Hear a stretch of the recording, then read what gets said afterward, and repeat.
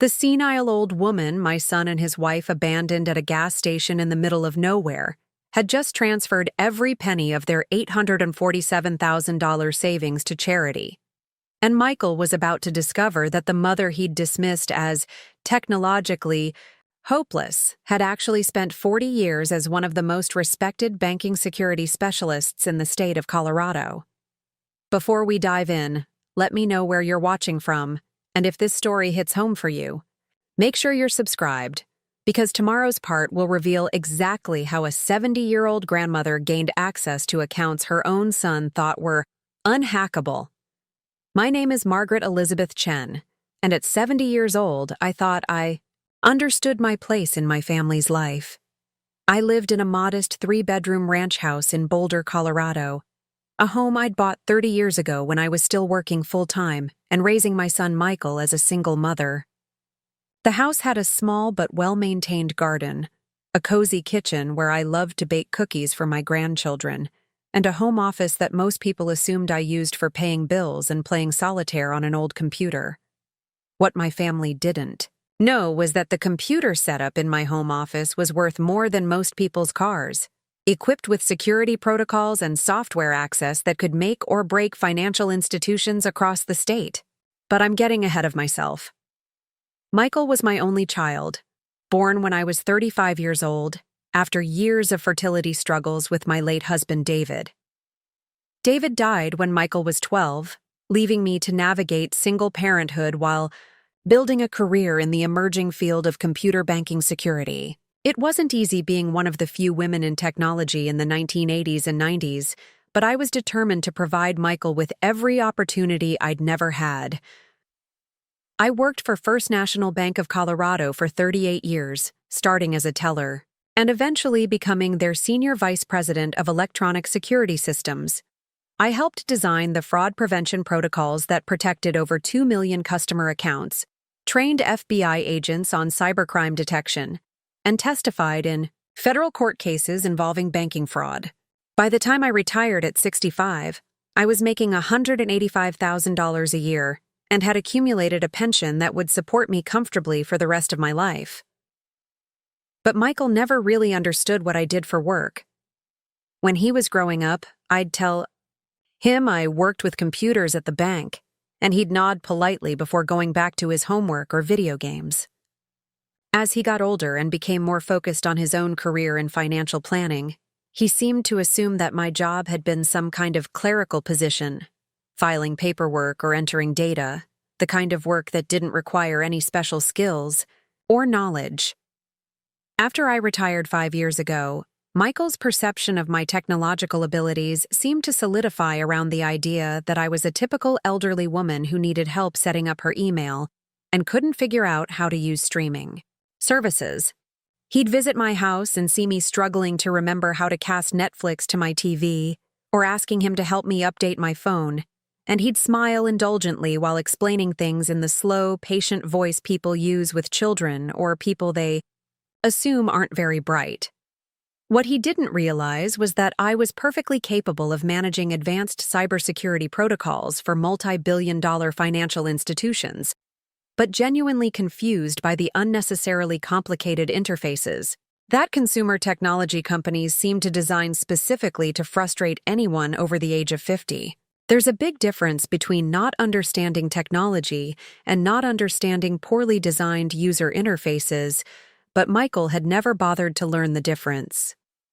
3 years ago, Michael married Rebecca Walsh, a 28-year-old, former pharmaceutical sales representative who had transitioned into being what she called a lifestyle influencer after their wedding.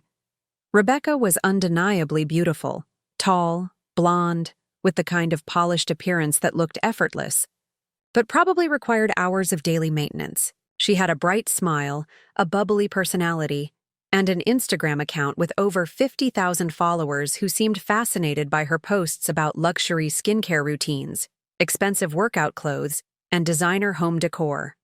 Michael was absolutely smitten with Rebecca from the moment they met at a charity fundraiser where he was managing investments for several of the major donors. He'd always been attracted to women who were more social and outgoing than he was, and Rebecca's confidence and social media savvy seemed to represent everything he wished he could be, but was too introverted to achieve on his own. When they announced their engagement after dating for only 8 months, I was cautiously supportive. Rebecca seemed to make Michael happy, and she was always perfectly polite to me during family gatherings. She called me Margaret instead of any variation of Mom, which felt a bit formal, but wasn't necessarily problematic. She complimented my cooking, asked thoughtful questions about my retirement activities, and seemed genuinely interested in building a relationship with me. The first red flag came when they were house hunting. Michael and Rebecca had been living in his downtown Denver condo, but Rebecca wanted something larger and more suburban. Somewhere we can really build a life and start a family, as she put it. They found a beautiful 5-bedroom house in Highlands Ranch, one of Denver's most exclusive suburbs, with a price tag of $750,000. Michael's financial advisor salary was good, but not $750,000 house good, especially with Rebecca not working above traditional job. When Michael mentioned that they were struggling to come up with the down payment, I offered to help. "Sweetheart, I'd be happy to contribute to your down payment," I told him during one of our weekly dinners. "I want you and Rebecca to have the home you're dreaming of." "Mom, that's incredibly generous, but we couldn't ask you to do that," Michael had replied, though I could see the relief in his eyes. "You're not asking, I'm offering.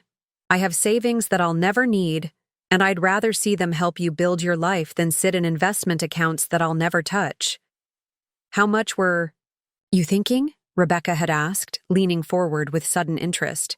"Well, a 20% down payment would be $150,000. I could probably manage that, though it would be most of my liquid savings." "Actually," Rebecca had said, her smile becoming even brighter, "if you could do $200,000, we could put down 25% and get a much better interest rate. That would save us hundreds of dollars every month."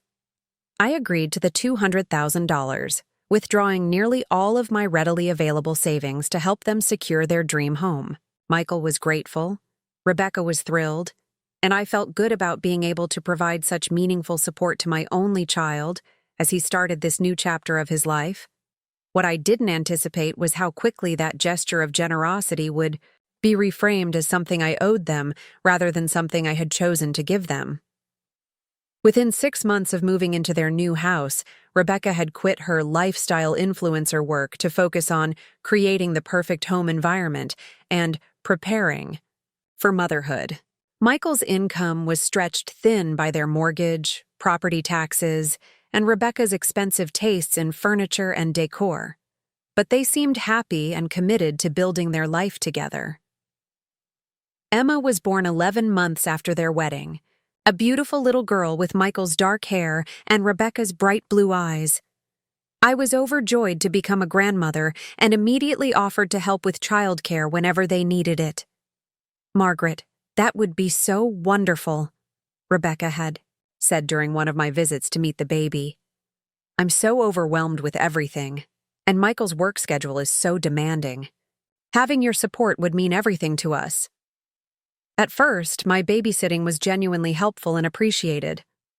I'd come over once or twice a week for a few hours, giving Rebecca time to run errands or take a nap while I bonded with my granddaughter. Michael would come home from work to find dinner prepared, the baby content, and Rebecca relaxed and happy. Everyone seemed to benefit from the arrangement, but gradually my voluntary help became expected help, and expected help became demanded help. By the time Jake was born 3 years later, I was providing childcare 3 or 4 days a week, often for 8 to 10 hours at a time. What had started as, "Could you watch Emma for a couple of hours while I go to the grocery store?" had evolved into, "We need you here at 7 a.m. and we'll be back around 6 p.m. with no discussion of whether I had other plans or commitments." Not that I minded spending time with Emma and Jake. They were wonderful children, bright, funny, affectionate kids who seemed to genuinely enjoy their time with me. Emma was 7 now, excelling in school and taking piano lessons that she was genuinely talented at. Jake was 4, full of energy and curiosity, the kind of little boy who turned every mundane activity into an adventure. But I was starting to feel less like a beloved grandmother who was invited to be part of their lives, and more like an on-call childcare service that was expected to be available whenever Michael and Rebecca's schedules required it. The requests were always framed as emergencies or special circumstances. Rebecca would call and say she had a crucial business meeting, though I was never quite clear what business she was in, or Michael would text that he had an unexpected client dinner that required both of them to be out until late.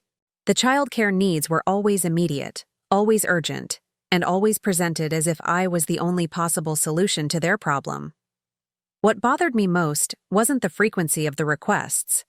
I genuinely loved spending time with my grandchildren, but the way my availability was simply assumed rather than requested. Rebecca would text me on Sunday evening with a schedule for the upcoming week: Tuesday 8 to 6, Thursday 9 to 5, Friday 7 to 8. Not, would you be available to help us this week? Or, could we ask for your assistance with the kids? Just a schedule, delivered like I was an employee rather than a family member.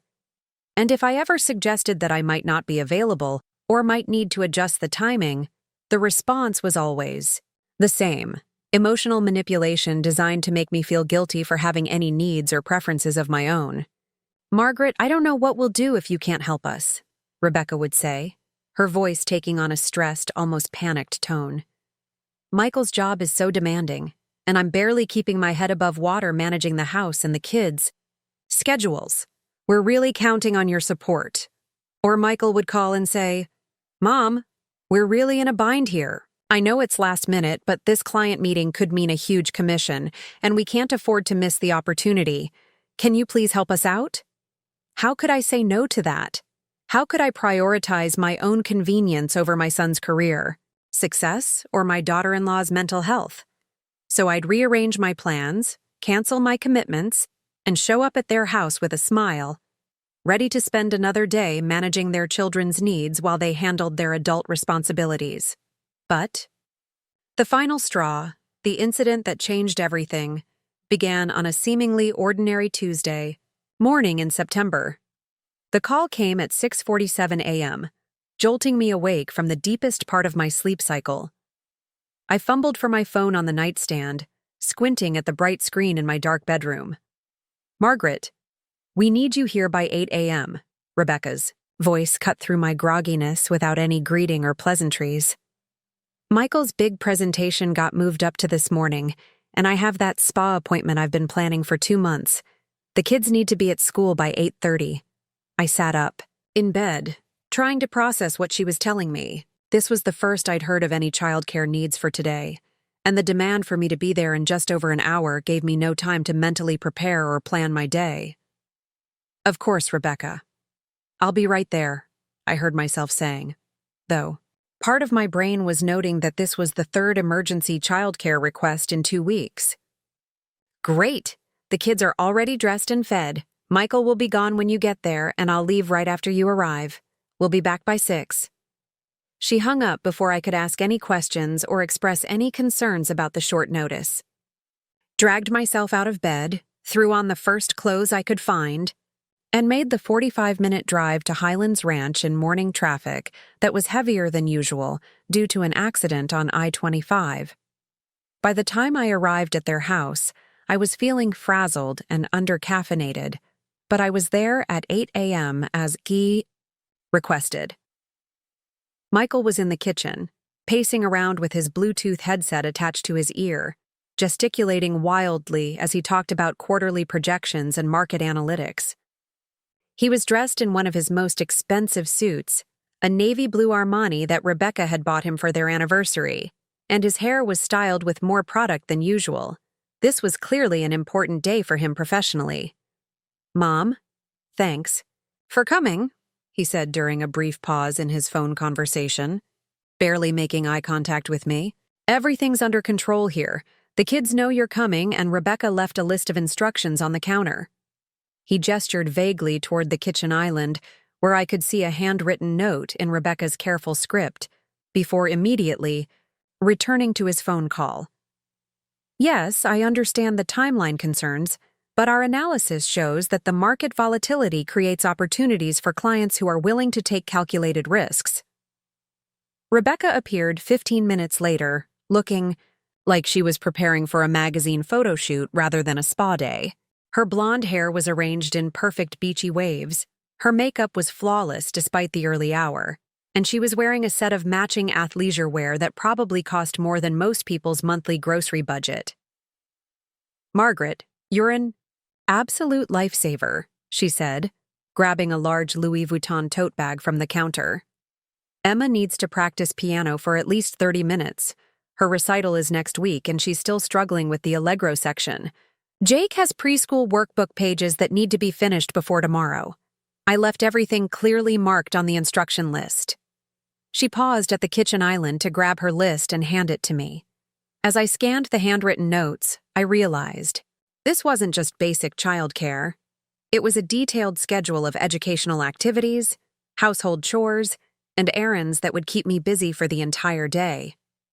"Also," Rebecca continued, checking her reflection in the hallway mirror, "could you throw in a load of laundry? The kids' school clothes are really piling up, and I haven't had time to stay on top of it. The detergent is in the laundry room upstairs." "Of course," I replied automatically, though I was mentally calculating how long each task would take and realizing that I was looking at a very full day. "Perfect. I'll see you tonight." The kids absolutely love spending time with their grandma. "Margaret." She blew me a quick air kiss and headed for the door, leaving behind a cloud of expensive perfume and the faint sound of her heels clicking on the marble foyer. Michael finished his phone call just as Rebecca was leaving. "Mom, I really appreciate you doing this.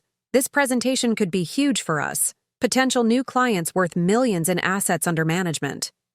"I'm happy to help, sweetheart. Good luck with your presentation." "Thanks. I'll probably be late. Tonight. But Rebecca should be back by 6 to relieve you." And then he was gone too, leaving me alone in their pristine house with Emma and Jake, who were finishing their breakfast at the kitchen island. "Grandma Margaret!" Jake squealed, jumping down from his chair to give me a hug. "Are you staying with us today?" "I am, buddy. What do you want to do first?" "Can we build a fort?" Emma asked, her dark eyes lighting up with excitement. "Mom doesn't like us to use the living room furniture, but maybe we could use pillows in the playroom." Looking at my grandchildren's eager faces, I felt the familiar warmth that always came with spending time with them. Whatever frustrations I had with Michael and Rebecca's assumptions about my availability, I genuinely loved being with Emma and Jake. They were good kids, polite, creative, affectionate, and they seemed to enjoy our time together as much as I did. "We can definitely build a fort," I said, pulling Rebecca's instruction list from my pocket. "But first, let's take a look at what your mom wants us to accomplish today." The list was extensive and detailed. Emma's piano practice, 30 minutes. Minimum? Focus on recital pieces. Jake's workbook, pages 23-28, help with letter formation. Laundry, kids' clothes, upstairs hamper, fold and put away. Kitchen, load-run dishwasher, wipe down counters and appliances. Playroom, organize toys, vacuum rug Emma's. Room, make bed, tidy desk area, Jake's room. Make bed, sort through outgrown clothes. Grocery list, attached.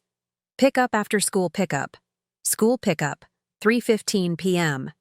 Emma, 3:45 p.m. Jake, different locations. Dinner prep, chicken and vegetables, recipe attached. I stared at the list, realizing that Rebecca had essentially planned a full day of household management and childcare that would keep me busy from 8 a.m. until at least 6 p.m., when she planned to return from her spa day.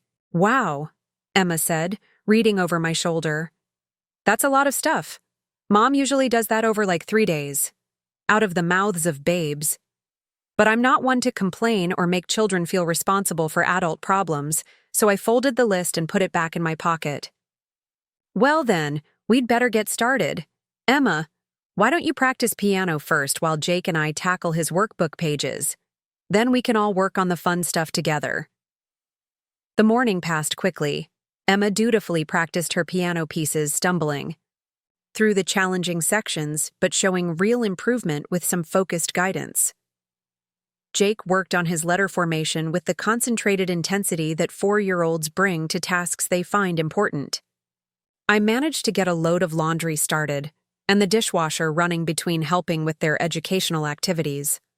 Around 11 a.m., we built an elaborate pillow fort in the playroom, complete with secret passages and a royal throne made from Jake's little armchair. We read stories, played games, and I helped them with a craft project that involved way more glitter than any reasonable adult would have approved of. By lunchtime, I was feeling good about our day. The kids were happy and engaged. We'd accomplished most of the items on Rebecca's list, and I was genuinely enjoying our time together. This was the kind of grandmother experience I'd always imagined, being helpful and involved while creating positive memories with my grandchildren. That's when Michael called.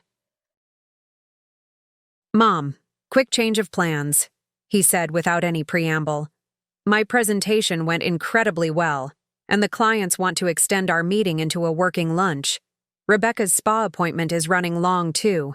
Can you handle pickup and stay? With the kids until around 8 tonight?"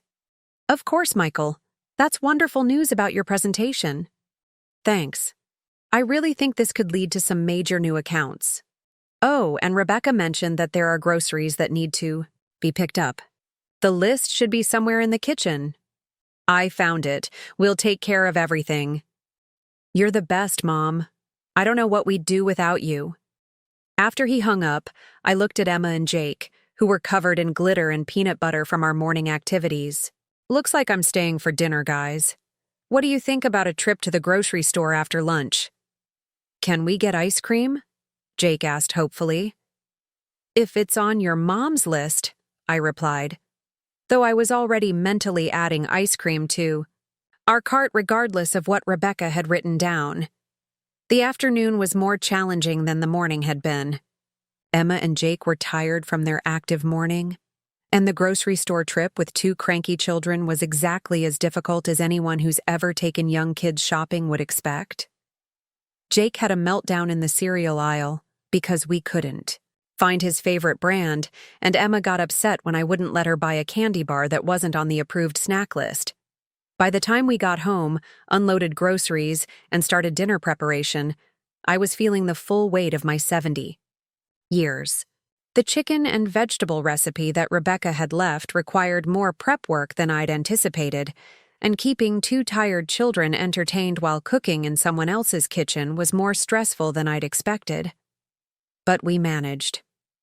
Dinner was on the table by 6 p.m., the kids were fed and reasonably content, and I was looking forward to Rebecca's return so I could head home and collapse on my own couch. At 6:15 p.m., my phone rang. It was Rebecca. "Margaret, I'm so sorry, but Michael and I decided to grab dinner together since we both had such successful days. We're going to make it a date night and catch up properly. Can you stay with the kids until around 11? I felt a flash of irritation that I tried to keep out of my voice. "Rebecca, I've been here for 10 hours. I'm pretty tired and I wasn't prepared for such a long day." "I know, and I feel terrible about asking, but we so rarely get time together without the kids, and Michael's work has been so stressful lately. This would really mean a lot to us. What about the children's bedtime routine? I don't know all the details of what they need. It's all posted on Emma's bedroom door. They're really good kids. They'll walk you through it if you need help." I looked at Emma and Jake, who were finishing their dinner and listening to our conversation with the careful attention that children pay to adult discussions that might affect them. "All right, Rebecca. I'll stay until you get home." "You're an angel, Margaret. Truly. We'll make it up to you, I promise." After she hung up, Emma looked at me with her serious 7-year-old expression. "Grandma Margaret, are you sad that Mom and Dad aren't coming home?" "Not sad, sweetheart. Just a little tired. But I love spending time with you and Jake, so it's okay. Mom and Dad go out a lot when you're here," Jake said matter-of-factly. More than when other babysitters come. That comment stuck with me as we worked through the bedtime routine. Other babysitters? How often were Michael and Rebecca going out when I thought I was providing emergency childcare? The bedtime routine posted on Emma's door was detailed and lengthy. Baths, teeth brushing, story time, specific prayers, and a complex system of nightlights and sound machines that had to be arranged just right. By the time both kids were asleep, it was nearly 9 p.m., and I was exhausted. I settled into the living room to wait for Michael and Rebecca's return, feeling every one of my 70 years in my tired bones. This had been a much longer and more demanding day than I'd expected, and I was looking forward to getting home to my own bed. At 10:30 p.m., Michael called again. "Mom, Rebecca's not feeling well. I think something she ate at the spa didn't agree with her. We're going to get a hotel room nearby and make sure she's okay before driving home. Can you stay overnight with the kids?" I was so tired that it took me a moment to process what he was asking. "Michael, I don't have any of my things with me. I don't have my medications, my pajamas, or anything I need for an overnight stay. There are extra toothbrushes in the guest bathroom, and you can borrow some of Rebecca's clothes if you need to. The kids will be fine, and it's just one night. Sweetheart, what kind of food poisoning requires a hotel stay? If Rebecca's really sick, shouldn't she be at home where she's comfortable? Mom, please don't question our judgment. We know what's best for our situation. We really need you to handle this." Something in his tone made me too tired to argue further. "All right, Michael. I'll stay with the kids." "Thanks, Mom. You're a lifesaver. We'll definitely be back in the morning." I found some basic toiletries in the guest bathroom and borrowed a t-shirt from Rebecca's dresser to sleep in. The guest bed was comfortable, and I fell asleep quickly despite the unexpected change in plans. But before I went to sleep, something nagged at me enough to pick up my phone and do something I rarely did: check social media. I opened Instagram and searched for Rebecca's profile. What I found made my exhaustion instantly transform into anger. There was Rebecca, posting stories from what was clearly a luxury resort spa. She looked radiant and healthy, not at all like someone suffering from food poisoning. And there was Michael beside her, raising a champagne glass in a toast, looking like he was having the time of his life. The captions told the whole story: much needed couple time, and recharging our batteries, and so grateful for this spontaneous getaway. They weren't dealing with Rebecca's illness. They were on an impromptu romantic vacation, using me as their free live-in nanny while they enjoyed themselves at what looked like a 5-star resort. I screenshot every single post, though I wasn't entirely sure why. Something told me I might need evidence of what was really happening. Thursday morning brought another call with another elaborate excuse. Rebecca now had food poisoning that required another day of recovery, and they couldn't risk the drive home while she was still so weak. When I suggested coming to check on her, Michael quickly shut that down, saying the hotel had strict health protocols about visitors, and they didn't want to risk exposing me to whatever Rebecca had caught. By Thursday afternoon, I was managing Emma and Jake's complete daily routine: school pickup and drop-off, meals, homework, bath time, bedtime, while their parents posted increasingly elaborate content from their secret luxury vacation. The Instagram stories showed spa treatments, expensive meals, couples massages, and romantic sunset photos.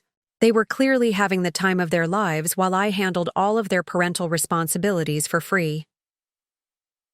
Friday morning brought a call that pushed my growing suspicion into outright disbelief. "Mom, Rebecca's feeling a bit better, but we want to make sure she's completely recovered before attempting the drive home. We're going to stay one more day to be absolutely certain. Michael, the children miss you. Emma asked me 3 times yesterday when Mommy and Daddy were coming home. They're fine with you, Mom. They love spending time with their grandmother." "That's not the point, Michael. They need their parents. We'll be home tomorrow evening for sure, I promise." But the Instagram evidence told a different story. Rebecca's posts showed her ziplining, hiking, and enjoying what looked like a full itinerary of resort activities. She was clearly not recovering from food poisoning. She was living her best life at an expensive vacation destination. By Friday afternoon, I had been taking care of Emma and Jake for 4 consecutive days, managing every aspect of their lives. While their parents enjoyed a luxury vacation that they were financing with money, I had helped them earn and a house I had helped them buy. But the real betrayal, the moment that changed everything, came when my car broke down on the way to Boulder to get some of my own clothes and medications. I had taken Emma and Jake to school Friday morning and decided to make a quick trip back to Boulder to pick up some of my medications and a few changes of clothes. My plan was to be back in Highlands Ranch before the kids got out of school at 3 p.m. My 2015 Honda Civic had been reliable for years, but 20 miles north of Highlands Ranch on Highway 85, it started making terrible grinding noises and began smoking from under the hood. I managed to pull into a Shell gas station before the engine died completely, but it was clear that this was a serious mechanical problem. I called Michael immediately. "Michael, my car broke down and I'm stranded at a gas station on Highway 85. I need someone to come get me so I can be back before Emma and Jake get out of school." "Mom, we're still at the resort. Rebecca's finally feeling better, but we're not planning to drive back until this evening." "Michael, I need help. I'm stranded. And someone needs to pick up your children. Can't you call a tow truck or take an Uber?" I felt a cold shock at his casual dismissal of my situation. "Sweetheart, a tow truck will take hours, and an Uber back to Highlands Ranch will cost over $100. I need you to come get me." There was a long pause on the other end of the line. "Mom, we're really not in a position to leave right now. Can you figure something else out?" "Michael, I've been taking care of your children for 4 days while you and Rebecca have been on vacation. The least you can do is help me when I'm in an emergency situation." "We haven't been on vacation, Mom. Rebecca's been sick." "Michael, I've seen the Instagram posts. I know exactly where you are and what you've been doing." Another long pause, and then his voice turned cold in a way I'd never heard before. "Mom, you're being dramatic. We'll figure out the kid pickup situation, but we can't drop everything to rescue you every time you have a problem. You're an adult. Handle it." And then he hung up on me. I stood there in that gas station parking lot, 70 years old, stranded 20 miles from anywhere, holding a dead phone and realizing that my son, the boy I had raised as a single mother, put through college debt-free, helped buy a house, and supported through every challenge of his adult life, had just abandoned me because helping his mother would inconvenience his luxury vacation. But the worst part came 20 minutes later. Called Emma's school to explain that there might be a delay in pickup, only to learn that Michael had already called and arranged for both children to go home with their friend's family, because Grandma Margaret had an emergency and couldn't be there. He had replaced me before my car had even finished cooling down. As I sat on a bench outside that gas station, waiting for a tow truck that would cost me $300 I hadn't budgeted for, I felt something I had never experienced in my entire 70 years of life, complete abandonment by my own child. But what Michael didn't know, what he had never bothered to learn in all his 35 years, was that the mother he had just discarded like an inconvenient burden had spent 4 decades building and maintaining the cybersecurity systems that protected 3 of Colorado's largest banks. The woman he thought was technologically hopeless had been one of the first female specialists in electronic banking security, had helped design the fraud prevention protocols that protected millions of customers, and had security clearances and access capabilities that he couldn't even imagine. The mother he assumed would just accept this humiliation and quietly disappear. From his life was about to teach him a lesson about the consequences of underestimating Margaret Elizabeth Chen when she stopped trying to be the grateful, accommodating parent and started being the banking security expert who had never lost a case involving financial fraud in 40 years of professional practice. Michael thought he had solved his problem by abandoning me at that gas station. He had actually created a much bigger problem by giving me the motivation I needed to stop protecting him from the consequences of his own choices, and those consequences were going to be spectacular. To understand how my son could abandon his own mother at a gas station without a second thought, you need to understand Rebecca Walsh, the woman who transformed my loving, considerate boy into someone I barely recognized. But here's the thing about master manipulators. They're incredibly good at making everyone else look like the problem while they systematically destroy relationships from the inside out. Rebecca entered our lives like a perfectly choreographed performance, and it took me 3 years to realize that everything about her was calculated to achieve maximum control with minimum accountability. When Michael first introduced me to Rebecca at a family barbecue in the summer of 2021, my immediate impression was overwhelmingly positive. She was 28 years old, strikingly beautiful in that effortless way that actually requires enormous effort, and she had the kind of warm, engaging personality that made everyone in the room want to be her friend. "Mrs. Chen, Michael has told me so much about you," she said, giving me a hug that felt genuine and warm. "He's so proud of everything you accomplished raising him as a single mother. That must have taken incredible strength and determination. I was immediately charmed." Rebecca seemed genuinely interested in learning about my life, asking thoughtful questions about my career at the bank, my hobbies in retirement, and my experiences as a single parent. She complimented my potato salad, laughed at my stories about Michael's childhood antics, and seemed to hang on every word when I talked about my late husband, David. "Michael, your mother is absolutely wonderful," she said later that evening, loud enough for me to overhear from the kitchen where I was cleaning up. "I can see where you get your kindness and work ethic. I hope I can be half the mother she was when we have children someday." That comment should have been my first warning sign, though I didn't recognize it at the time.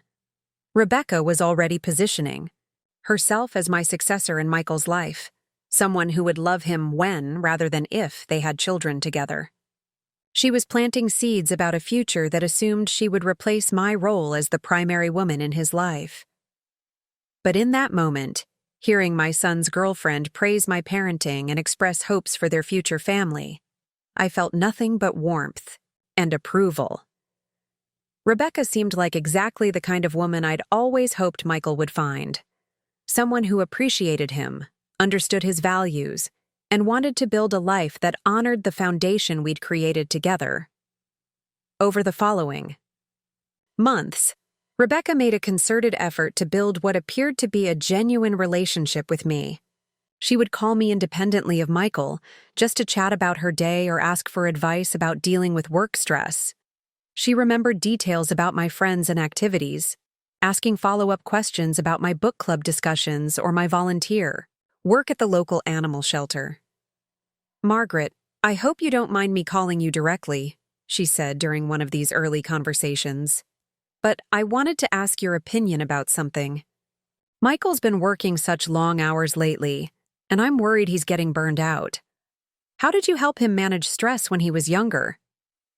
These conversations made me feel valued and included in their relationship in ways I'd never experienced with Michael's previous girlfriends. Rebecca seemed to genuinely want my guidance and insight, treating me like a wise mentor rather than an obstacle to navigate around.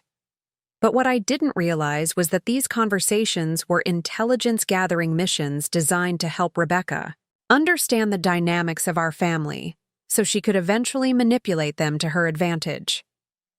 Every detail I shared about Michael's personality, every story I told about our family traditions, every piece of advice I offered about managing his moods and preferences, all of it was being cataloged and analyzed to help Rebecca position herself as the perfect girlfriend who understood him better than anyone else ever had. When Michael and Rebecca announced their engagement 8 months later, I was genuinely thrilled.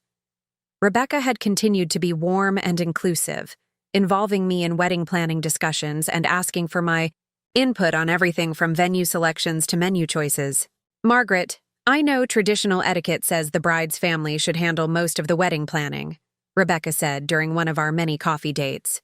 But my mother passed away when I was in college, and my relationship with my stepmother has always been complicated.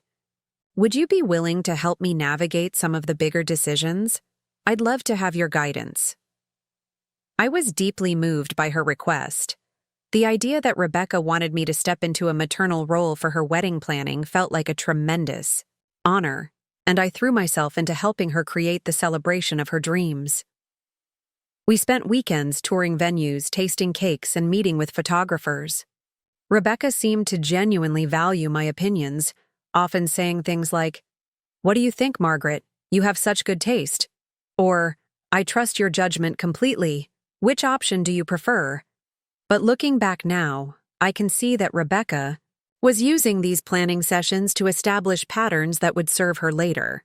She was training me to be available for whatever she needed, whenever she needed it, while positioning my help as essential to her happiness and success. The wedding itself was beautiful, an elegant affair at the Denver Botanic Gardens with 150 guests, professional photography, and catering that cost more than many people's annual salaries. Michael looked handsome and happy in his custom tuxedo, and Rebecca was absolutely radiant in a designer gown that she'd found with my help during a shopping trip to Dallas. I paid for the flowers, a $4,000 arrangement that Rebecca had fallen in love with, but couldn't afford on their budget. I also covered the photography upgrade that would give them additional hours of coverage and a complimentary engagement album. My total contribution to their wedding was nearly $15,000. Money I was happy to spend to help them start their marriage with the celebration they'd dreamed of. "Margaret, I can never thank you enough for everything you've done," Rebecca said during the mother-son dance, pulling me aside for a private moment. "You've made this day absolutely perfect, and I'm so grateful to be joining your family. At the time, I felt like I was gaining a daughter rather than losing a son."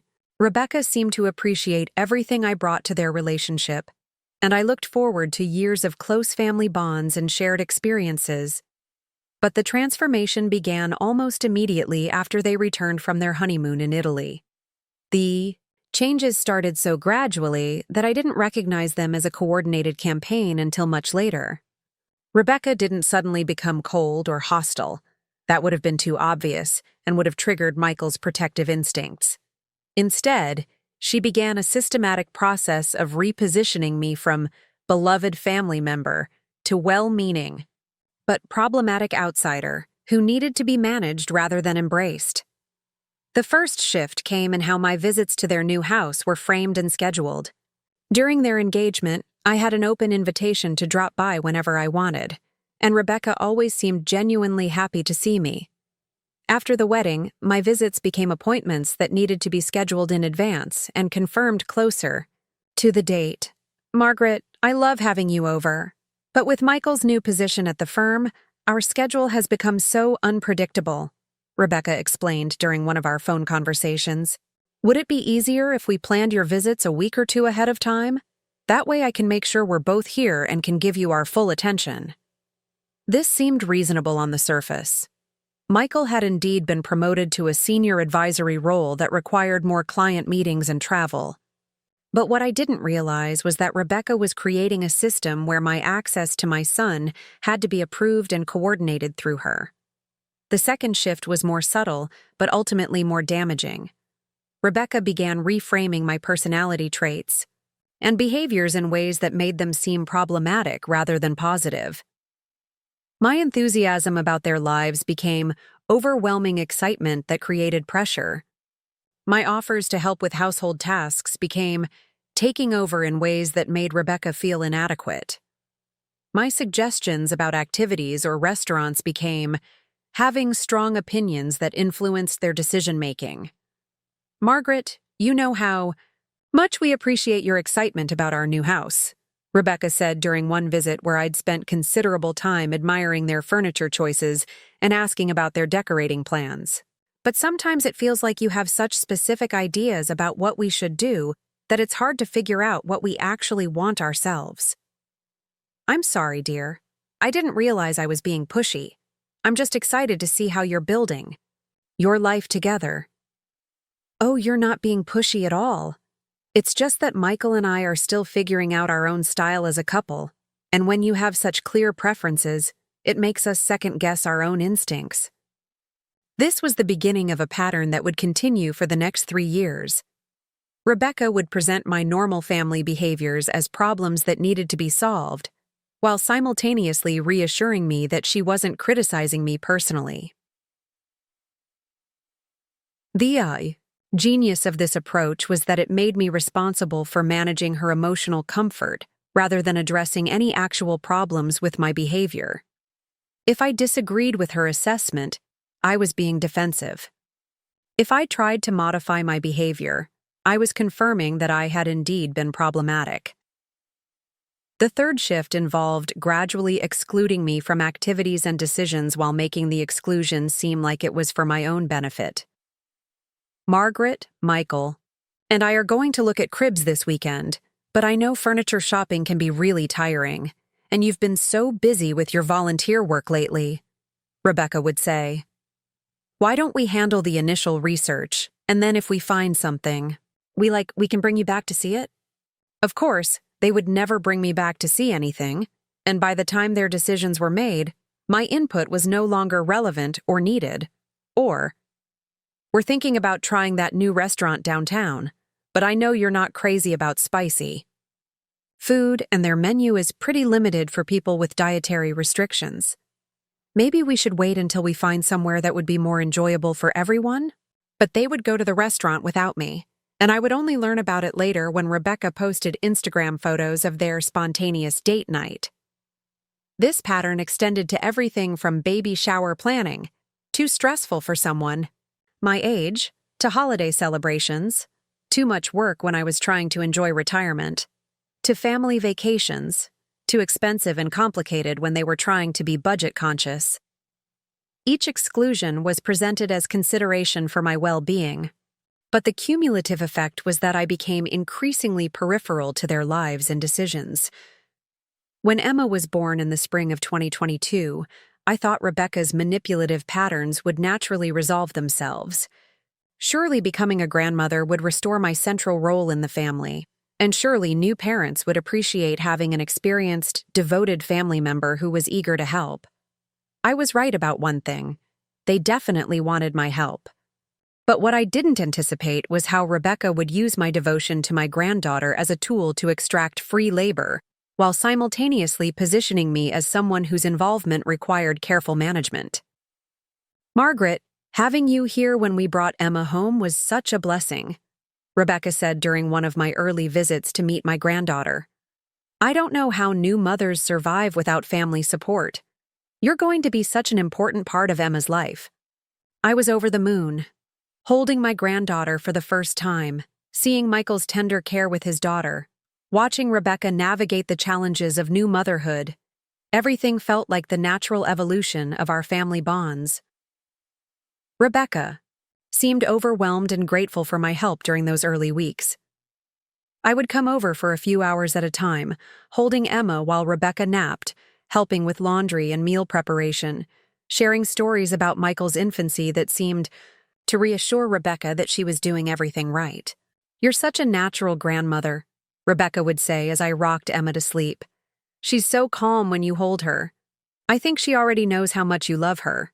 But within a few months, the dynamic began to shift in ways that should have alerted me to what was really happening. My voluntary offers to help became expected assistance. Rebecca would call and say, I'm having such a difficult day with Emma's feeding schedule. Could you come over for a few hours? And when I arrived, I would find Rebecca perfectly put together, heading out for a hair appointment or lunch with friends while I managed Emma's care. I'm so sorry to do this to you, Rebecca would say, grabbing her purse and keys. But this appointment has been scheduled for weeks, and Emma's been so fussy today that I haven't had a chance to shower or get myself together. You don't mind, do you? How could I mind spending time with my granddaughter? How could I prioritize my own convenience over my daughter-in-law's mental health and self-care needs? But gradually, I began to realize that my help was being used to enable Rebecca's lifestyle rather than to provide emergency support during genuinely difficult times. When I arrived for one of these emergency babysitting sessions, I would find Emma perfectly content, recently fed, and ready for a nap. The emergency had been Rebecca's desire to go shopping or meet friends for coffee, not any actual crisis requiring immediate assistance. My offers to help became obligations that were difficult to decline without seeming selfish or unsupportive. Rebecca developed a talent for presenting her requests in ways that made refusing seem like I was prioritizing my own comfort over my granddaughter's well-being. "Margaret, I hate to ask, but I have this work opportunity that could really help. Our financial situation and the meeting is during Emma's nap time," Rebecca would say. "I know you probably have other things planned, but would there be any way you could watch her for just a couple of hours?" What work opportunity? Rebecca's Instagram influencer activities were sporadic and didn't seem to generate any meaningful income. But how could I question whether she was telling the truth about opportunities that might help their financial stability? When Jake was born 2 years later, the pattern intensified exponentially.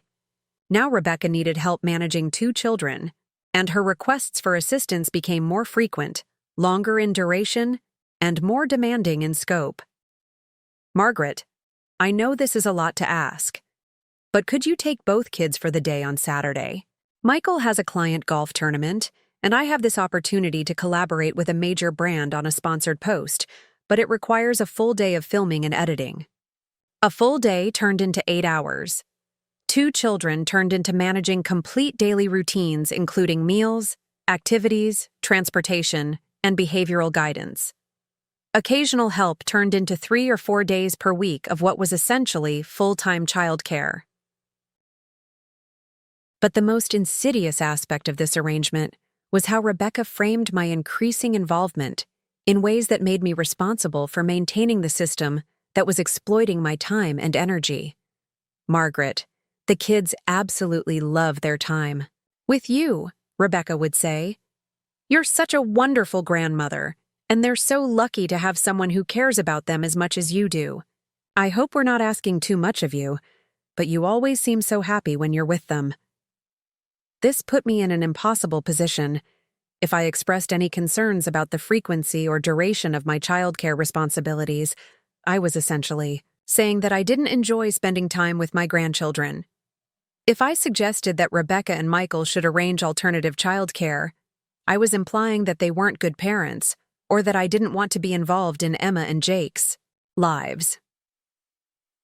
Rebecca had created a system where my exploitation was disguised as my choice, where my labor was framed as my privilege, and where any resistance to the arrangement was positioned as evidence that I didn't love my grandchildren enough to make sacrifices for their well-being. What I didn't understand until much later was how Rebecca was using social media to create a public narrative about our family dynamic that served her interests while undermining my position as the respected family matriarch. Rebecca's Instagram account, A Living Life Becca, had grown to over 75,000 followers during the first 2 years of her marriage to Michael. Her content focused on authentic motherhood, family values, and creating a beautiful life on a budget, themes that resonated with other young mothers who were trying to balance family responsibilities with personal aspirations. But Rebecca's version of authentic motherhood relied heavily on my unpaid labor, though her followers had no way of knowing that. When Rebecca posted photos of elaborate birthday parties for Emma and Jake, complete with handmade decorations, custom cakes, and perfectly coordinated outfits, her followers saw a dedicated mother who was willing to invest time and creativity in making her children's celebrations special. What they didn't see was that I had spent hours helping with decorations. I had baked and decorated the cakes, and I had driven all over Denver to find the specific supplies that Rebecca needed to achieve her vision. When Rebecca shared posts about family adventures to museums, parks, and local attractions, her followers saw a family that prioritized educational experiences and quality time together. What they didn't see was that I was usually the one researching these activities, coordinating the logistics, and often paying for admission fees and meals while Rebecca focused on taking Instagram-worthy photos. When Rebecca posted content about maintaining work-life balance as a mother, her followers saw someone who was successfully juggling parenting responsibilities with professional opportunities. What they didn't see was that her work-life balance was only possible because I was providing between 20 and 30 hours of free childcare every week. But perhaps most damaging was how Rebecca used social media to position herself as the primary grandmother figure in Emma and Jake's lives, while subtly minimizing my role and contributions. Rebecca would post photos of herself baking cookies with the children, with captions like, "Nothing beats quality time in the kitchen with my little helpers," teaching them young that the best treats are made with love. But I was usually the one who had planned the baking activity, gathered the ingredients, and guided the children through the process while Rebecca focused on capturing the perfect shot. She would share posts about family traditions, like holiday, decorating, or summer garden projects, presenting them as activities that she and Michael had initiated and maintained. But most of these traditions had been established during my visits, planned around my availability, and executed with my guidance and financial support. Rebecca had figured out how to monetize my grandmother activities for her social media brand while positioning herself as the creative, devoted parent who was responsible for all the positive experiences in her children's lives. The most painful example of this manipulation came during Emma's 4th birthday party in 2023. I had spent 2 weeks helping Rebecca plan and prepare for an elaborate princess-themed celebration that required handmade decorations, a custom cake, and coordinated activities for 15 children. I had paid for the decorations, baked and decorated the cake, and managed most of the party logistics while Rebecca focused on documenting everything for her Instagram content. But when Rebecca posted her recap of the party, the narrative was entirely about her dedication as a mother and her creativity in creating magical experiences for her daughter. The photos showed Rebecca interacting with the children, cutting the cake, and facilitating activities, while I was completely absent from the visual story. Emma's 4th birthday was absolutely magical. Her caption read, "Planning parties can be so stressful, but seeing her face light up when she saw her princess castle cake made every minute of preparation worth it. There's nothing I wouldn't do to make my baby's dreams come true." Authentic motherhood. Princess party. Birthday magic. The post received over 2,000 likes and hundreds of comments praising Rebecca's creativity, dedication, and parenting skills. Her followers had no idea that the magical party they were admiring had been primarily planned, funded, and executed by the grandmother who didn't appear in any of the photos. This pattern extended to every aspect of family life. Rebecca's social media presence was built on content that showcased her as the ideal mother, but that ideal was only achievable because of my invisible labor and financial support. But perhaps the most heartbreaking aspect of Rebecca's manipulation was watching how it gradually transformed my relationship with Michael himself. The loving, considerate son who had always treated me with respect and appreciation slowly became someone who saw me as a problem to be managed rather than a person to be valued. This transformation didn't happen overnight. Rebecca was too smart to directly criticize me to Michael or to demand that he choose between us. Instead, she used subtle techniques to gradually shift his perception of our relationship dynamics. The first technique was reframing normal family interactions as evidence of boundary problems that needed to be addressed. When I would call Michael to check in or share news about my activities, Rebecca would later comment to him about how sweet it was that I was so involved in his life, but suggest that the frequency of our contact might indicate that I was having trouble letting go as he became more independent. "Michael, your mom called 3 times this week," Rebecca would say in a tone that suggested this was concerning rather than normal. "I hope she's not feeling too lonely since she retired. Maybe we should make sure she's developing her own social..." connections instead of relying on us for all her social needs. When I would offer advice or suggestions about decisions they were making, Rebecca would agree with me enthusiastically in the moment, but later tell Michael that she worried I was taking over their decision-making process in ways that might prevent them from developing confidence in their own judgment. "Your mom has such strong opinions about everything," Rebecca would say after I'd helped them research preschool options for Emma.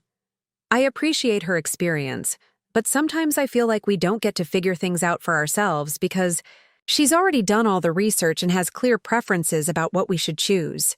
These conversations gradually convinced Michael that my enthusiastic involvement in their lives was evidence of an unhealthy attachment that was preventing him and Rebecca from establishing proper independence as a couple.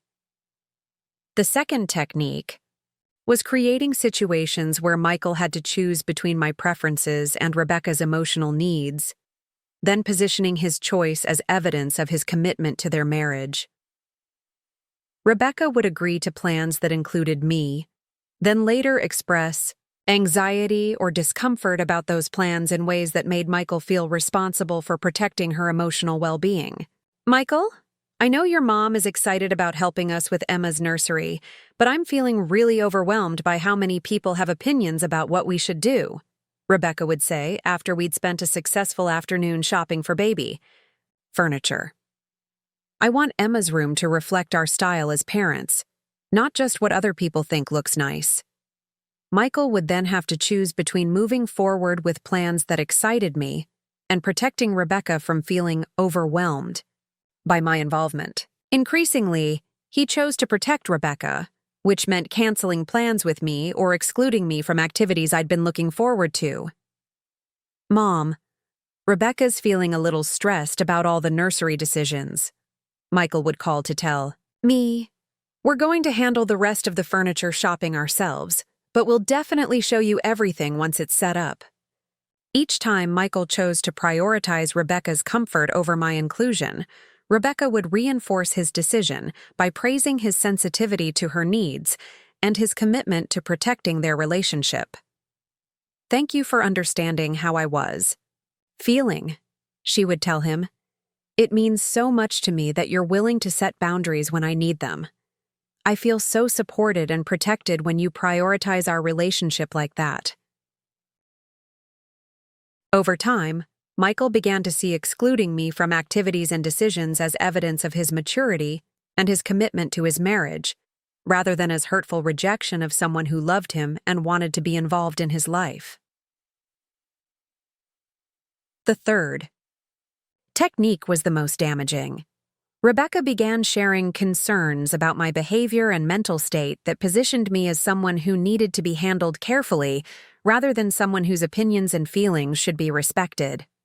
"Michael, I'm a little worried about your mom," Rebecca would say after visits, where I'd seemed perfectly normal and happy. "She seems really lonely since she retired, and I think she might be depending on us for social interaction more than is healthy for someone her age." Or, "I hope your mom isn't developing memory problems. She asked me the same question about Emma's preschool 3 times during our phone call yesterday, and she seemed confused about plans we'd already discussed."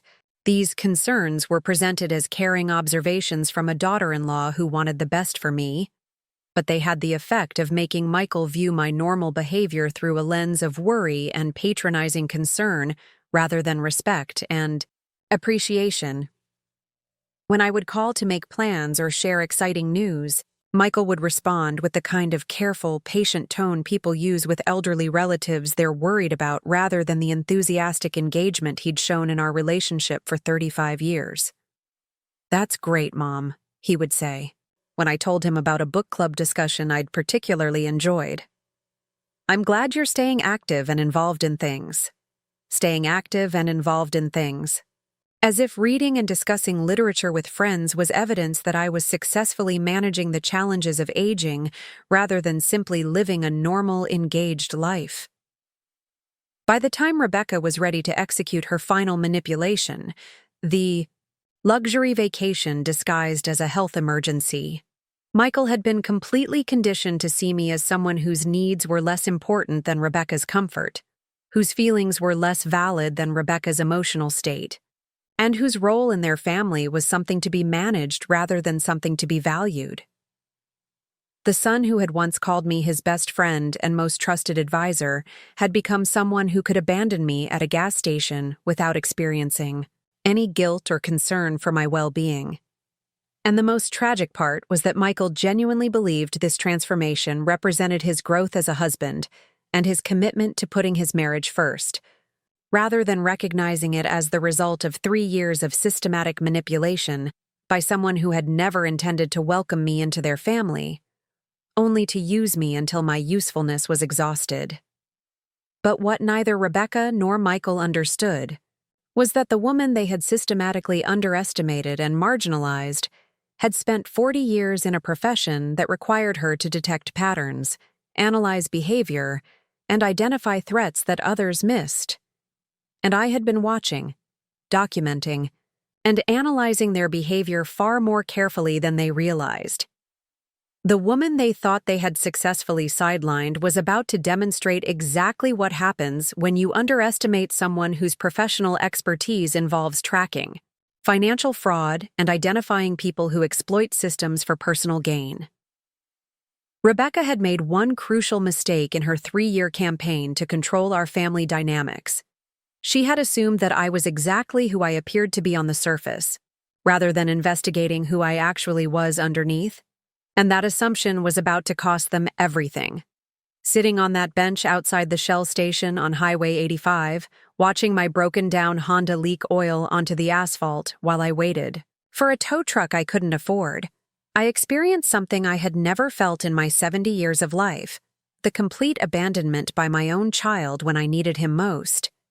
But it wasn't just the abandonment that shattered something fundamental inside me. It was the casual cruelty with which Michael had dismissed my emergency, the obvious lies about Rebecca's illness, and the stunning realization that my son, the boy I had raised with every ounce of love and sacrifice I possessed, had become someone who could prioritize his luxury vacation over his mother's safety without experiencing even a moment of guilt or concern. The tow truck arrived an hour and 20 minutes after I called, driven by a kind man named Roberto who took one look at my situation and immediately understood that this was more than just a mechanical breakdown. "Ma'am, are you okay?" he asked as he examined my Honda's engine. "Do you have someone coming to pick you up?" "I'm fine," I replied automatically, though we both knew that wasn't true. "I'll figure out how to get home." "This engine is completely shot," Roberto said after a few minutes of inspection. "Blown head gasket, probably damaged pistons. It's going to cost more to repair than the car is worth." I felt my chest tighten as I processed what he was telling me. My reliable Honda Civic, the car that had safely transported me to thousands of babysitting sessions, grocery runs for Rebecca's household, and emergency trips to help with grandchildren's needs, was essentially worthless scrap metal. "How much will it cost to tow it to a repair shop?" I asked, though I was already calculating how this unexpected expense would impact my carefully managed retirement budget.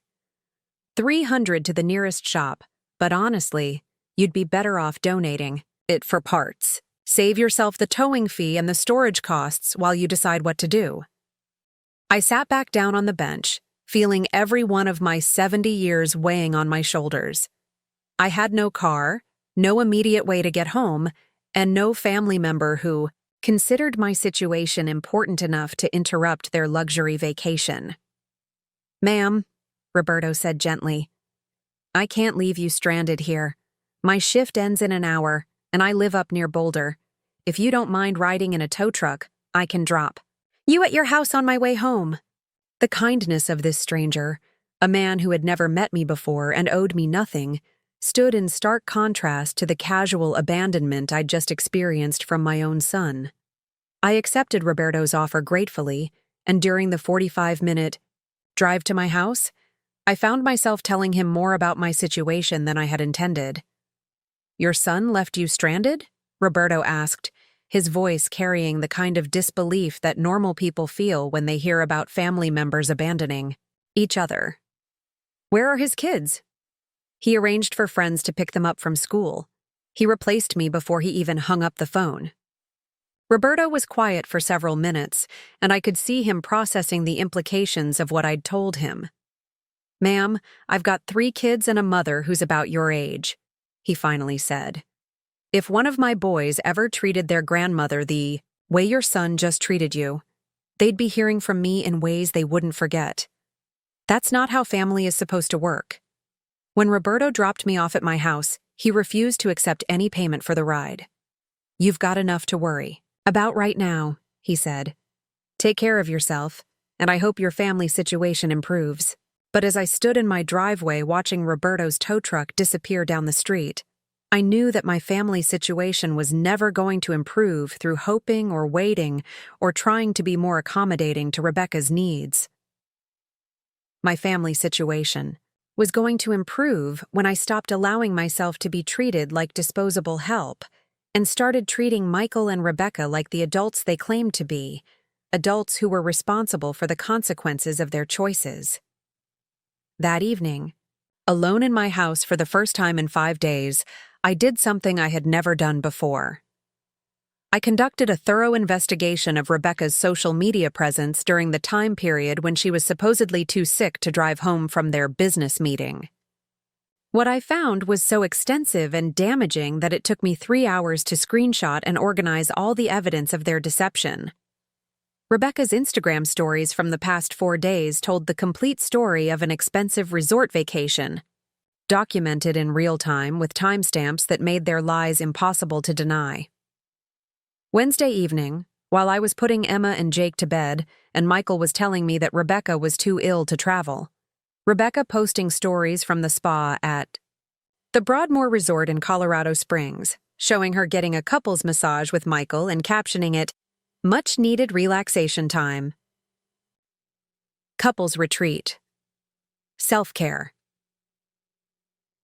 Thursday morning, while Michael was calling to tell me that Rebecca's food poisoning required another day of recovery, Rebecca posting videos from their private balcony showing a room service breakfast spread that probably cost more than most people spend on groceries in a week, with captions about starting the day right and grateful for this beautiful morning.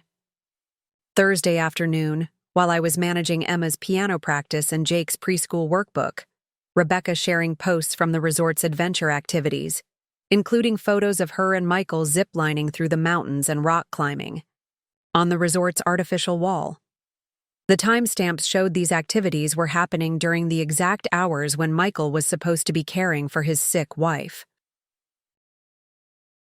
Friday morning, while Michael was calling to extend their stay because Rebecca was still too weak to drive, Rebecca posting Instagram stories from the resort's championship golf course, showing her and Michael having drinks at the 19th hole after completing what was obviously a full round of golf. But perhaps most damaging were the posts Rebecca had shared to her main Instagram feed, carefully curated content that revealed the true nature of their emergency business trip.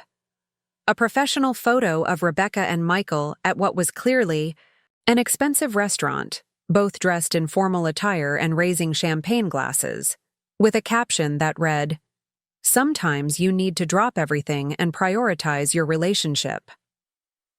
Michael surprised me with this spontaneous getaway to reconnect and recharge.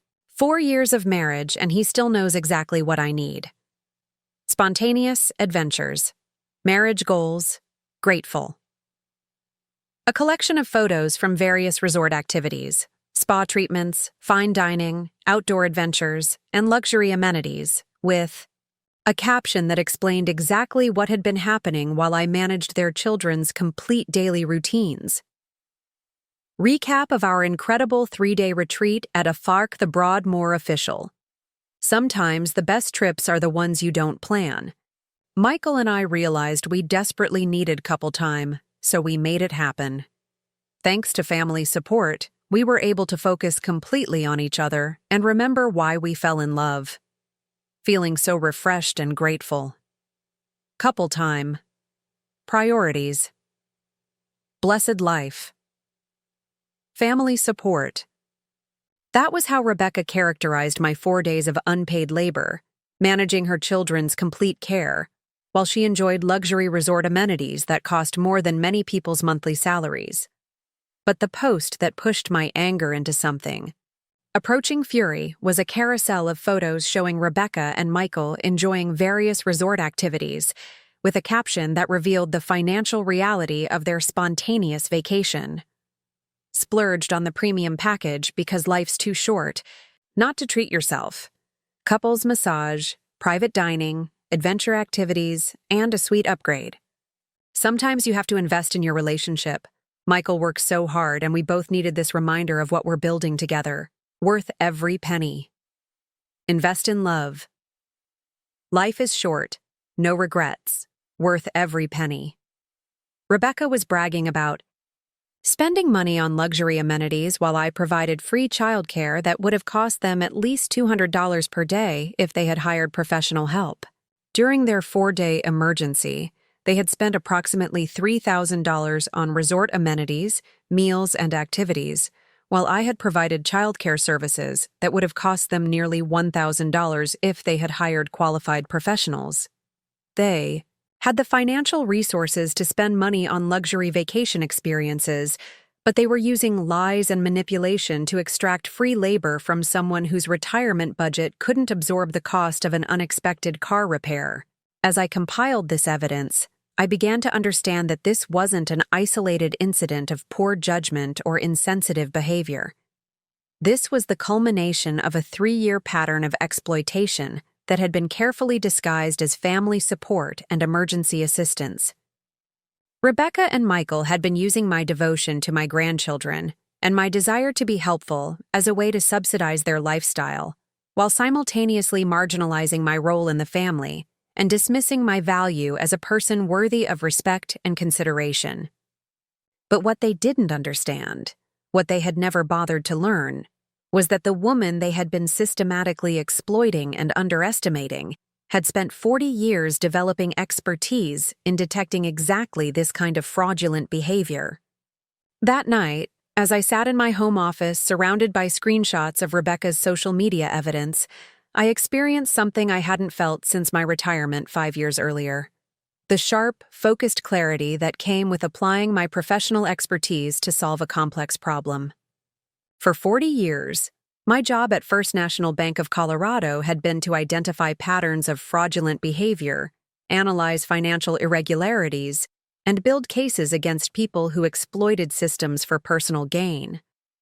I had investigated everything, from credit card fraud to elaborate money laundering schemes, and I had developed an instinct for recognizing when someone's public behavior didn't match their private actions. Looking at Rebecca's Instagram posts with my professional analyst mindset rather than my emotional grandmother perspective, I could see patterns that I had been trained to recognize but had been too personally invested to identify. Pattern 1. Financial inconsistency. Rebecca and Michael claimed to be budget-conscious young parents who needed my help with childcare because they couldn't afford professional services. But Rebecca's social media showed consistent spending on luxury items, expensive experiences, and premium services that contradicted their claims of financial constraint. Pattern 2. Systematic deception. The elaborate lies about Rebecca's illness weren't spontaneous mistakes or poor communication. They were part of a coordinated deception that required planning, consistency, and ongoing maintenance. This was fraud, not miscommunication. Pattern 3. Exploitation of trust. My role as the loving grandmother who wanted to help had been weaponized to extract services that would have cost them significant money if they had obtained them legitimately. They were using emotional manipulation to commit what was essentially theft of services. Pattern 4. Escalating entitlement. Over 3 years, their requests for help had become more frequent, more demanding, and more presumptuous. This was the classic pattern of fraudsters who test boundaries, increase their exploitation gradually, and become more careless as they assume their victims will continue accepting whatever treatment they receive. As I analyzed these patterns, I felt something I hadn't experienced in years: the professional satisfaction that came with identifying a clear case of fraud and beginning to build an investigation that would expose the truth. But this wasn't just professional interest. This was personal in ways that made my 40 years of banking security experience feel like preparation for the most important case of my career. I had spent decades protecting strangers from people who exploited trust for financial gain. Now, I was going to protect myself from family members who had been doing exactly the same thing. Over the next several hours, my professional investigation mindset led me to dig deeper into Rebecca and Michael's financial behavior patterns, and what I discovered made their casual abandonment of me seem like only the tip of a much larger iceberg of deception and exploitation.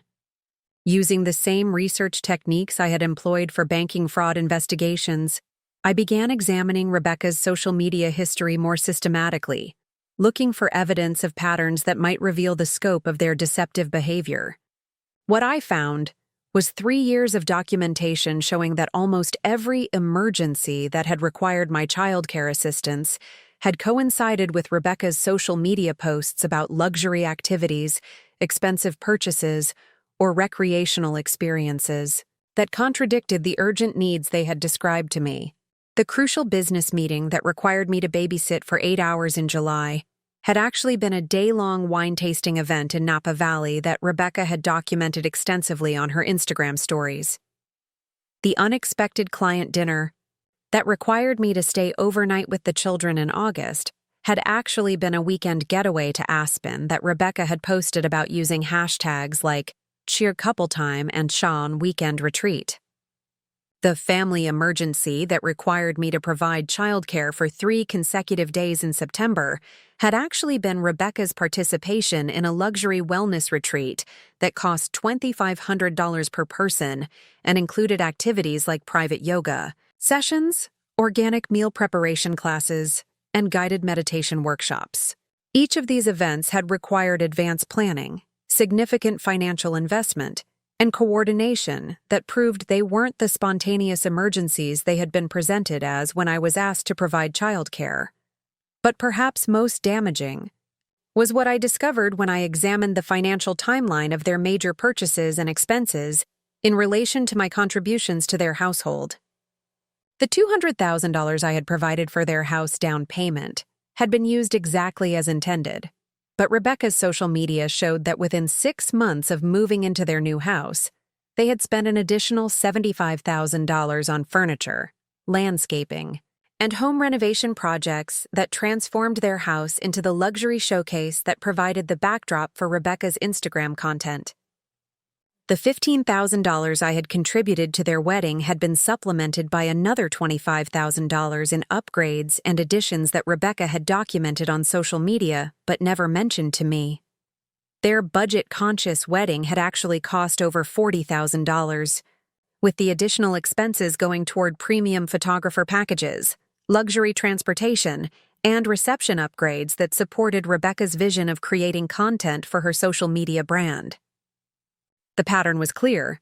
They were using my financial contributions to establish their basic security and stability, while using their own financial resources to fund lifestyle choices that supported Rebecca's public image and personal enjoyment. Meanwhile, they were using my labor contributions to subsidize their lifestyle in ways that freed up their time and money for activities that I was never informed about and never invited to participate in. I had been functioning as their unpaid employee and their silent financial backer, while they enjoyed the benefits of my support without acknowledging my contributions or considering my needs and preferences. But what truly pushed my growing anger into something approaching fury was discovering the extent to which Rebecca had been monetizing her family content that relied heavily on my unpaid labor and financial support for her own professional and financial benefit.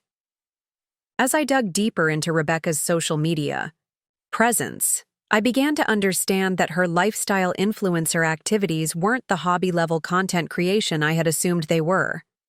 Rebecca had developed a sophisticated business model that generated significant income through sponsored posts, affiliate marketing, and brand partnerships.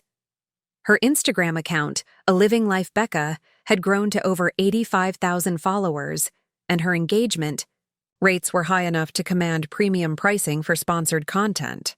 But what was most shocking was discovering that the family content that generated the highest engagement and the most lucrative brand partnerships was content that featured Emma and Jake, content that relied entirely on my unpaid childcare to create.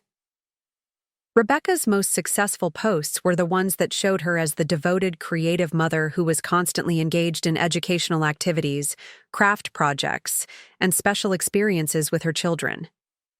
But I now realized that these posts were only possible because I was providing the actual childcare that freed Rebecca to focus on content creation and curation. When Rebecca posted content about rainy day activities, showing her doing art projects with Emma and Jake, the reality was that I had planned the activities, gathered the supplies, and managed the children's participation while Rebecca focused on getting the perfect shots for her Instagram content. When Rebecca shared posts about teaching life skills in the kitchen, showing her baking cookies with the children, the reality was that I had prepared all the ingredients, guided the children through the process, and handled the cleanup while Rebecca documented the experience for her social media. Burnt when Rebecca posted about adventure days showing family trips to museums, parks, and local attractions, the reality was that I had researched the activities, coordinated the logistics, often paid for admission and expenses, and managed the children's needs throughout the day while Rebecca focused on creating content that portrayed her as the fun, engaged parent who prioritized educational experiences. But perhaps most infuriating was discovering that Rebecca had recently begun accepting paid partnerships with companies that sold parenting products, educational materials, and family experience services. She was being compensated to recommend products and services to her followers based on her reputation as an authentic mother who made thoughtful choices about her children's well-being and development. The reputation that was generating this income was built on content that showcased parenting activities and family experiences that were only possible because of my invisible labor and financial support. Rebecca was literally being paid to portray herself as the kind of mother who had the time, energy, and resources to provide enriching experiences for her children, when the reality was that those experiences were primarily planned, funded, and supervised by the grandmother who never appeared in any of the posts I had been subsidizing. Rebecca's business model, while she profited from content that misrepresented the source of her parenting success. Armed with this new understanding of how I had been systematically exploited, I decided to conduct a comprehensive analysis of the financial impact of my 3 years of support for Michael and Rebecca's household. Using the same analytical techniques I had employed for banking fraud investigations, I calculated the monetary value of all the services, support, and direct financial contributions I had provided since their wedding. Direct financial contributions, house down payment, $200,000 wedding contributions, $15,000 car repairs and maintenance. For Rebecca's vehicle, $3,200 emergency financial assistance, medical bills, unexpected expenses, $8,500 holiday and birthday gifts for family, $12,000 home improvement and furniture purchases, $18,000 total, $256,700 childcare services, average 25 hours per week for 3 years, our 3,900 hours, professional childcare rate in Highlands, ranch, $18 per hour, total value, $70,200 additional services, meal preparation and household assistance, $15,600 transportation services for children, $4,800 event planning and coordination, $8,400 emergency assistance, and support, $6,200 total, $35,000 grand. Total, $361,900. In 3 years, I had provided over $360,000 in financial contributions and services to Michael and Rebecca's household. This was more than Michael's annual salary, and it represented nearly half of my total retirement savings and pension income. But what made this calculation even more shocking was realizing that none of these contributions had been acknowledged, appreciated, or reciprocated in any meaningful way. I had never received a thank you card for my financial contributions. never been invited to participate in decisions about how my money was being used, and never been consulted about whether I was comfortable with the level of support I was providing. My childcare services had been treated as my obligation rather than my gift, with Rebecca and Michael scheduling my time and extending my commitments without asking whether I had other plans or preferences. The additional services I provided, cooking, cleaning, transportation, event planning, had been accepted as natural, extensions of my grandmother role, rather than significant contributions that deserved recognition and appreciation. I had been treated like a resource to be utilized rather than a person whose contributions were valued and whose needs mattered. But perhaps most painful was realizing that Michael and Rebecca had been comfortable taking this level of support from me while simultaneously excluding me from family decisions, marginalizing my opinions, and treating my preferences as less important than their convenience. They had been willing to accept everything I could give them while giving me nothing in return except access to my grandchildren, access that they controlled and could revoke whenever it suited their purposes. Sitting in my home office at 2 a.m., surrounded by spreadsheets calculating the financial impact of my exploitation and screenshots, documenting 3 years of systematic deception, I experienced a moment of absolute clarity about my situation and my options. I could continue accepting this treatment, hoping that Michael and Rebecca would eventually recognize my value and start treating me with the respect and consideration I deserved. I could try to have rational conversations about boundaries and expectations, hoping that they would become more reasonable and appreciative. Or I could stop hoping that people who had spent 3 years demonstrating their character would somehow transform into different people and start responding to their behavior with the same professionalism and strategic thinking I had used in my banking career when dealing with people who exploited systems for personal gain. For 40 years, when I identified patterns of financial fraud and exploitation, my job hadn't been to hope that the fraudsters would reform their behavior or to try to educate them about why their actions were harmful.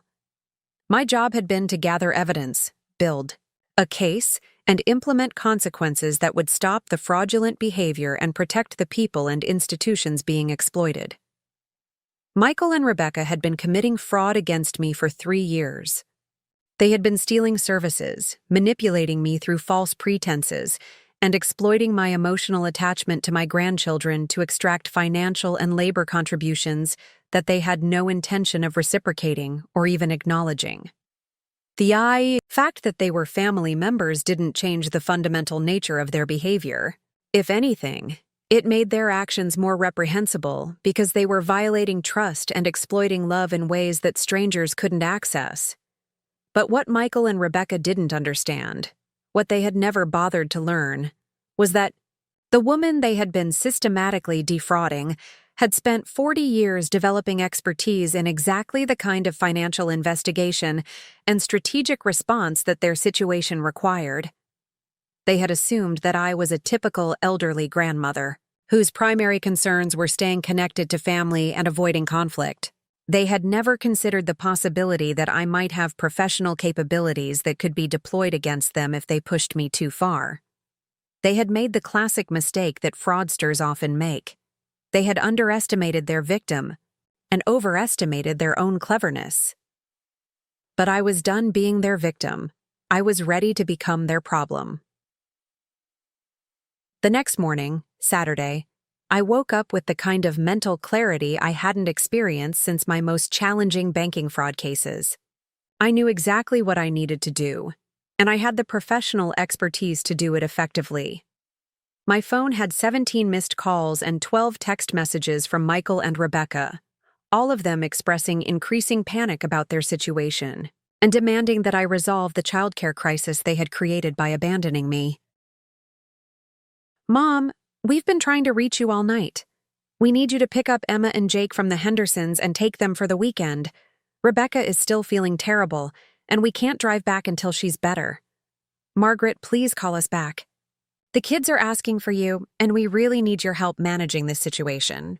Mom, this is an emergency. We need you to handle the kids until we can get back. Please don't make this more difficult than it already is. Reading these messages, I felt a calm, professional detachment that I recognized from my banking career. This was how I felt when I had gathered sufficient evidence to build a fraud case and was ready to begin implementing consequences. Michael and Rebecca were experiencing their first taste of what happened when the person they had been exploiting was no longer available to solve their problems. They were panicking because their exploitation system had suddenly failed, and they had no backup plan for managing their responsibilities without my unpaid labor. But instead of recognizing that their panic was the result of their own choices and behavior, they were demanding that I fix the problems they had created and continue providing the services they had been taking for granted. They still saw me as a resource to be managed, rather than a person whose feelings and needs mattered. That was about to change. I turned off my phone and began making the calls that would transform me from Margaret Chen, the exploited grandmother, into Margaret Chen, the banking security specialist with 40 years of experience in financial investigation and fraud prevention. The woman who had been abandoned at a gas station was about to become the woman who would teach Michael and Rebecca the most expensive lesson of their lives. And unlike their luxury resort vacation, this lesson was going to cost them everything. While Michael and Rebecca spent their Saturday morning frantically calling my disconnected phone and scrambling to find alternative childcare for Emma and Jake, I was sitting in my home office accessing computer systems that most people didn't even know existed. What my family had never understood, what they had never bothered to investigate despite 3 years of assuming I was technologically incompetent, was that Margaret Elizabeth Chen wasn't just a retired bank employee who had worked with computers. I was one of the most senior cybersecurity specialists in the history of Colorado banking, with security clearances, system access, and professional relationships that could make or break financial institutions across the entire Rocky Mountain region.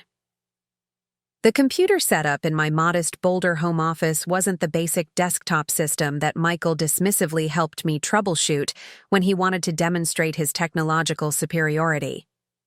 It was a custom-built cybersecurity workstation with encrypted connections to banking networks, law enforcement databases, and financial investigation systems that required federal clearance levels most people could never achieve. For 40 years, I had been one of the people banks called when they discovered fraud that was too sophisticated for their standard security protocols to detect. I had been the specialist that federal agents consulted when they needed expert testimony about cybercrime, patterns that crossed state lines. I had been the analyst that other cybersecurity professionals referenced when they needed to understand emerging threats in electronic banking fraud. My retirement 5 years earlier hadn't ended my access to these systems. It had simply changed. My status from full-time employee to consultant specialist. First National Bank of Colorado retained me on a $50,000 annual consulting contract specifically to maintain my clearances and availability for complex fraud investigations that required my particular expertise. The woman Michael thought needed help setting up her Netflix account actually held top-secret security clearances with the Treasury Department, maintained active consulting relationships with 3 federal agencies, and had her fingerprints on the cybersecurity protocols that protected over $2 billion in customer assets across 7 different banking institutions. But Michael had never asked about my work in any detail that would have revealed the scope of my professional accomplishments. Rebecca had never shown interest in my career beyond the polite, superficial questions that people ask when they want to appear engaged but aren't actually listening to the answers. They had both been perfectly content to assume that I was exactly what I appeared to be on the surface, a lonely widow who needed their guidance to navigate the basic challenges of modern life, whose primary value was providing free childcare and emergency financial assistance when their budget couldn't cover their lifestyle choices. Their assumptions were about to become the most expensive mistake of their lives. At 9 a.m. on Saturday morning, I began making the phone calls that would transform my situation from personal family drama into a professional fraud investigation with the full resources of Colorado's banking security network behind it. My first call was to Jennifer Martinez, the current director of cybersecurity at First National Bank of Colorado, and my former protege who had taken over most of my responsibilities when I retired. Jennifer and I had worked together for 15 years, and she had been the one to recommend that the bank retain me as a consulting specialist rather than losing my expertise entirely when I left full-time employment. Margaret? I wasn't expecting to hear from you on a weekend. Please tell me you're not calling about the Morrison Industries case, because I already told the FBI that we'd have their analysis ready by Monday. This isn't about Morrison Industries, Jen. This is personal, but it involves the kind of financial fraud patterns that I think you'll find professionally interesting. Personal fraud? Margaret, what's going on? Are you okay? I'm fine, but I've discovered that my son and daughter-in-law have been conducting systematic financial fraud against me for the past 3 years, and I need to access some of our investigation tools to build a comprehensive case. There was a long pause on Jennifer's end, and I could practically hear her shifting into the focused, analytical mindset that made her such an effective cybersecurity director. Margaret, when you say systematic financial fraud, what exactly are we talking about? Unauthorized access to your accounts? Identity theft? Elder abuse? All of the above, potentially. They've been using false pretenses to extract services and financial support. They've been lying about their own financial status to manipulate my contributions, and they've been exploiting their access to my personal information to maintain their exploitation system. I need to run a full financial forensics analysis to understand the complete scope of what they've been doing.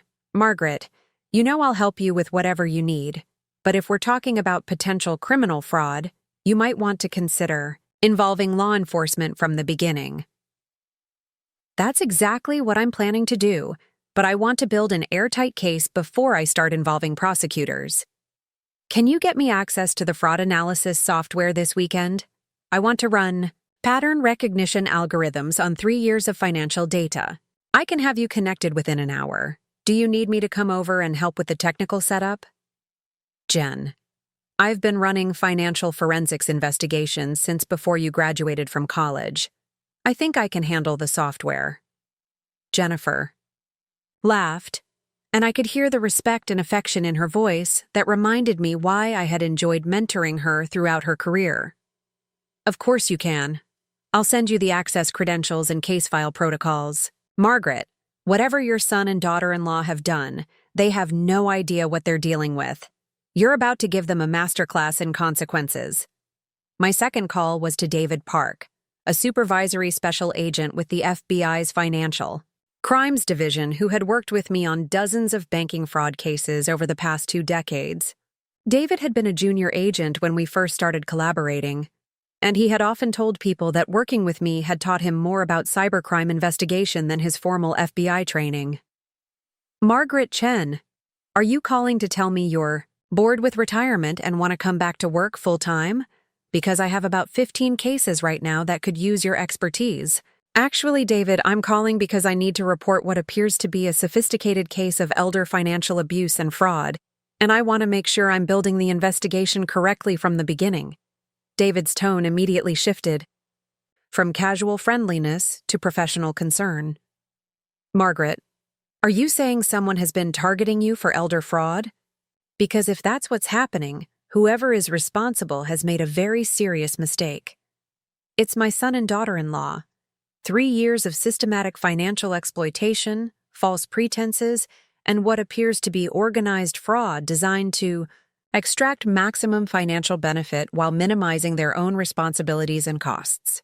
Margaret, I'm going to need you to walk me through this from the beginning, but first I want you to know that elder financial abuse is a federal crime, and when it involves the kind of sophisticated planning you're describing, we prosecute it aggressively, especially when the perpetrators are stupid enough to target someone with your background and connections. David, I'm not looking for criminal prosecution at this point. I'm looking to build a case that will allow me to implement immediate financial consequences that will stop their fraudulent behavior and protect my assets from further exploitation. What kind of immediate consequences are you thinking about? The kind that demonstrate the difference between targeting a helpless elderly victim and targeting someone who has spent 40 years learning how to track, freeze, and recover fraudulently obtained assets. David was quiet for a moment, and when he spoke again, his voice carried the kind of professional admiration that I hadn't heard directed toward me since my retirement. Margaret, whatever you're planning, make sure you document everything according to federal evidence standards. Because when this is over, there's going to be a case study written about it, and I want to make sure we can use it for training purposes. My third call was to Patricia Rodriguez, a partner at Morrison, Kim and Associates, the law firm that had handled my banking contract negotiations for the past 20 years. Patricia specialized in financial law and elder rights, and she had become both a professional colleague and a personal friend during our years of working together. Margaret, please tell me you're calling because you've decided to write a book about your banking career. I've been telling you for years that your case stories would make an incredible memoir. I'm calling because I need legal advice about financial fraud and elder abuse, but the situation is more complex than typical because I have professional knowledge and access that most elder abuse victims don't possess. Margaret, are you telling me that someone has been stupid enough to try to commit financial fraud against you? Because that might be the worst judgment call in the history of white-collar crime. I spent 20 minutes walking Patricia through the evidence I had gathered about Michael and Rebecca's systematic exploitation, the financial analysis I had conducted, and the professional resources I was planning to deploy in response to their behavior.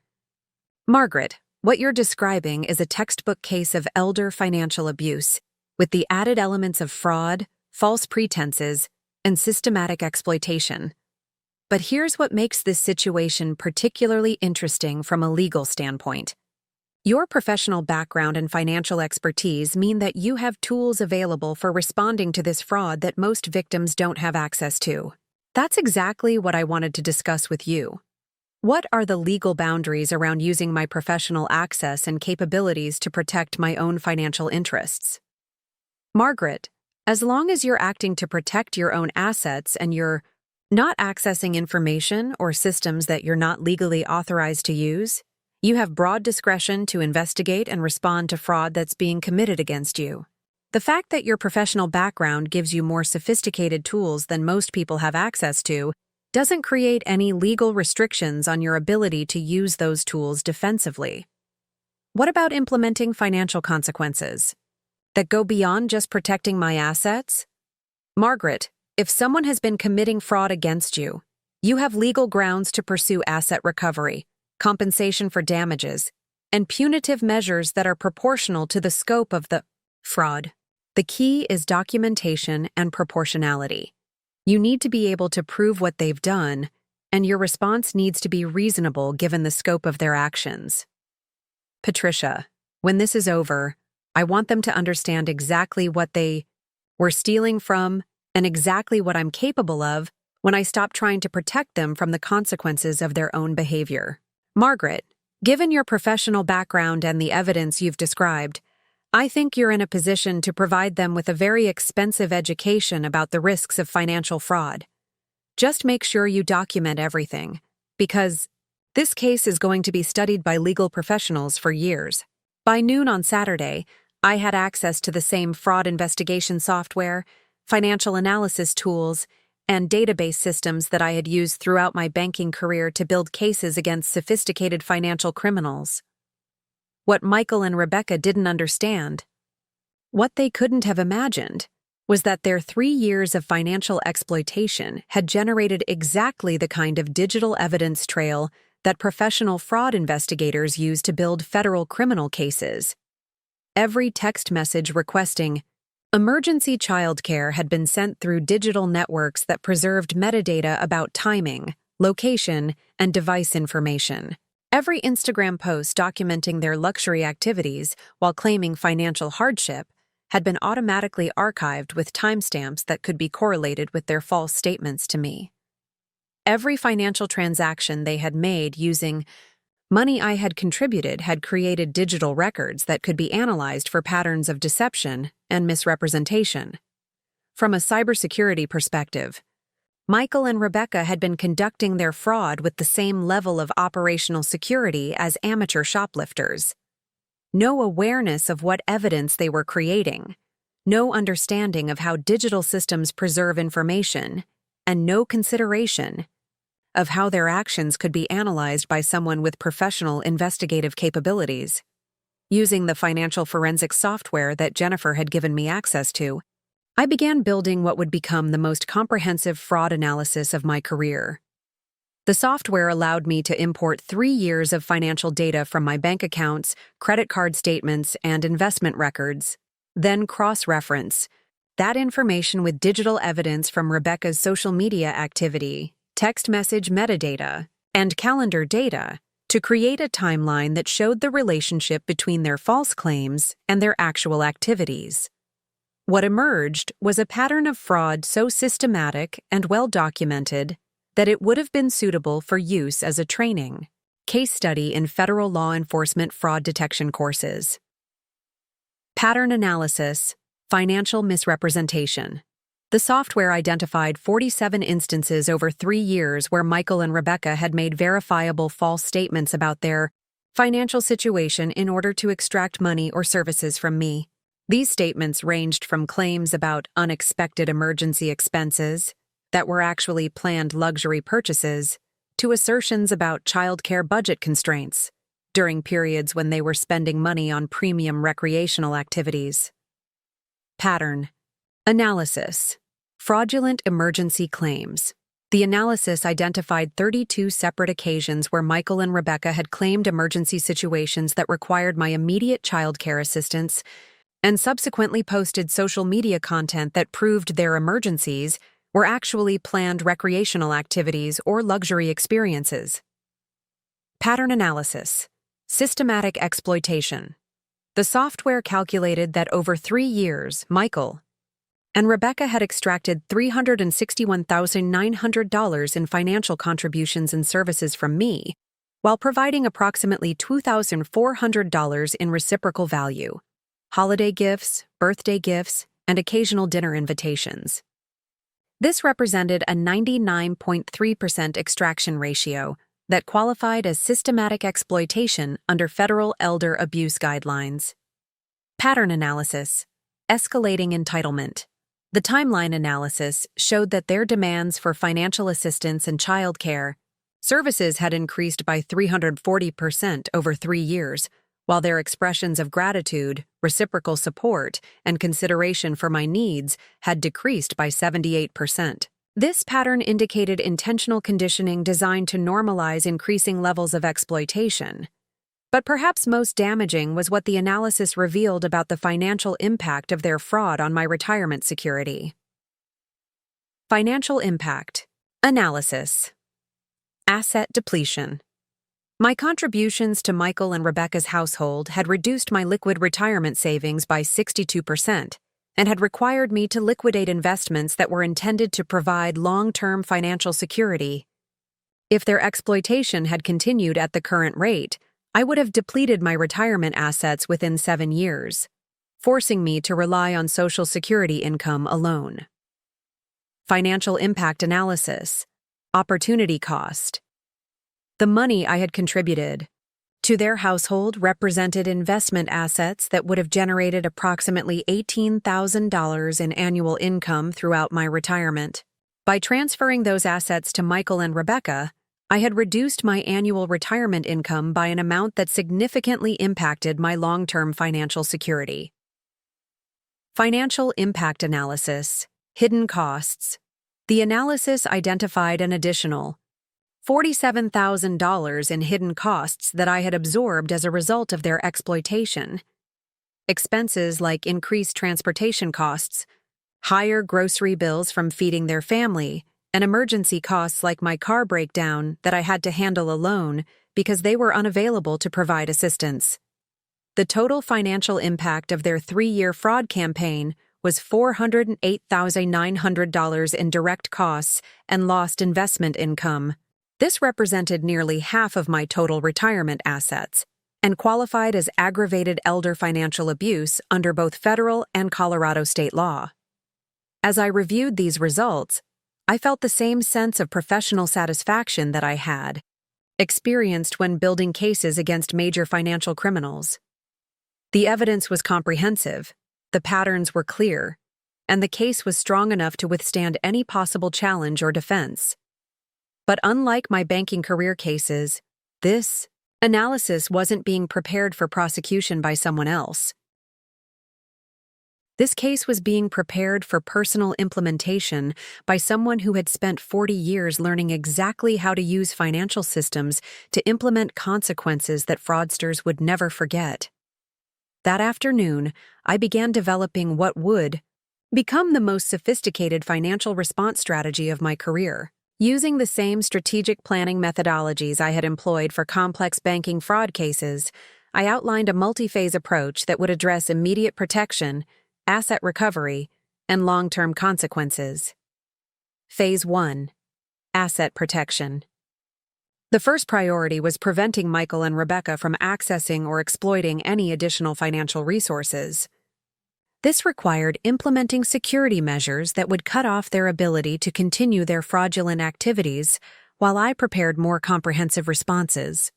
I began by changing all of my banking access codes, updating my emergency contact information to remove Michael as an authorized representative, and implementing fraud alerts on all of my accounts that would require additional verification for any unusual transaction patterns.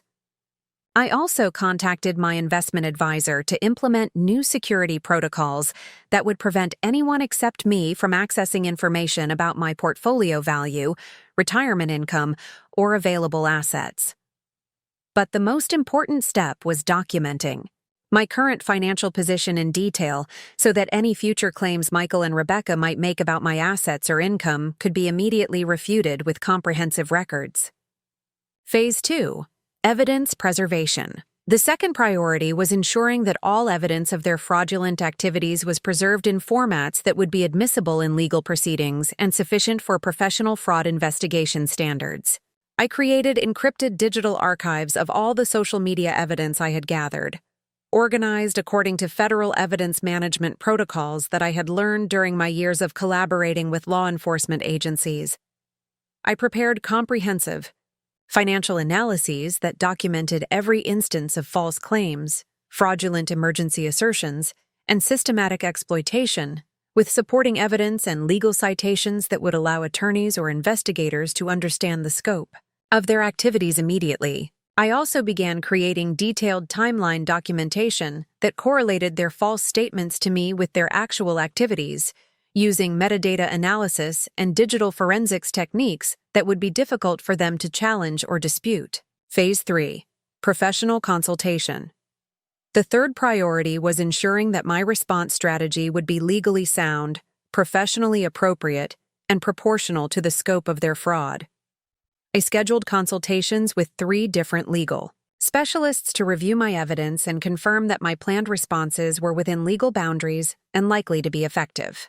I also contacted 2 banking security colleagues to review my technical approach and ensure that any system access or financial tools I planned to use were appropriate for my consultant status and properly authorized.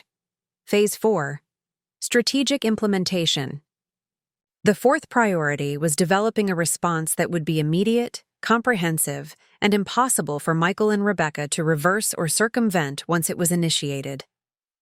This phase required the most careful planning, because I had only one opportunity to implement consequences that would be severe enough to stop their fraudulent behavior permanently, while being legally and professionally defensible. I needed to create a situation where Michael and Rebecca would understand immediately that they had made a catastrophic error in targeting me for financial exploitation, while ensuring that my response was proportional to their actions and focused on protecting my own interests rather than simply punishing them. But perhaps most importantly, I needed to make sure that my response would demonstrate to them exactly who they had been underestimating for 3 years, and exactly what capabilities they had been dismissing when they assumed I was just a harmless, elderly woman who could be manipulated indefinitely. Sunday morning, I began the technical preparations that would make Phase 4 implementation possible. Using cybersecurity protocols I had developed during my banking career, I created what amounted to a comprehensive financial investigation and response system focused specifically on Michael and Rebecca's fraud activities. The first step was establishing secure, encrypted communication channels with my professional network that would allow me to coordinate legal, financial, and technical responses without any possibility of Michael and Rebecca intercepting or anticipating my actions. The second step was gaining authorized access to financial monitoring systems that would allow me to track any attempts by Michael and Rebecca to access emergency funds, apply for credit using my information as a reference, or otherwise exploit our family relationship for financial advantage. The third step was preparing the technical infrastructure that would allow me to implement immediate financial consequences the moment I decided to move forward with my response strategy. This was the most delicate aspect of my preparation, because I needed to ensure that everything I was planning was legally authorized, professionally appropriate, and technically feasible without violating any laws or ethical guidelines that governed my security clearances and consultant status. But here's what Michael and Rebecca had never understood about my professional background. For 40 years, my job had been to protect financial institutions from exactly the kind of fraud they had been committing against me. I knew every technique. Fraudsters used to exploit trust relationships, every legal tool available for responding to financial crimes, and every technical capability that could be deployed to stop fraudulent activities and recover stolen assets. I also knew exactly how to use those tools defensively to protect my own interests when I was the victim of fraud. The technical preparation phase took me 18 hours of focused work, spread across Saturday evening and Sunday morning. When I was finished, I had created what amounted to a comprehensive fraud response system that could be activated with a single phone call and would implement multiple layers of financial consequences simultaneously. Michael and Rebecca's fraud activities had given me legal grounds to implement asset protection measures, recovery actions, and financial consequences that would cost them far more than everything they had stolen from me over 3 years. But, more importantly, my response would demonstrate to them exactly what they had been targeting when they decided to exploit my trust and affection. They had assumed they were stealing from a helpless elderly victim who would never have the knowledge or resources to fight back effectively. They were about to learn that they had actually been stealing from one of the most experienced financial crime investigators in Colorado, who had spent 40 years learning exactly how to make financial fraud as expensive and painful as possible for the people who committed it. Sunday evening, I sat in my home office reviewing the comprehensive fraud case I had built against Michael and Rebecca, the legal consultations that had confirmed my response strategy was appropriate and likely to be effective, and the technical preparations that would allow me to implement immediate financial consequences whenever I chose to act. My phone had 63 missed calls and 47 text messages from Michael and Rebecca, expressing increasing desperation about their childcare crisis and growing anger about my failure to respond to their demands.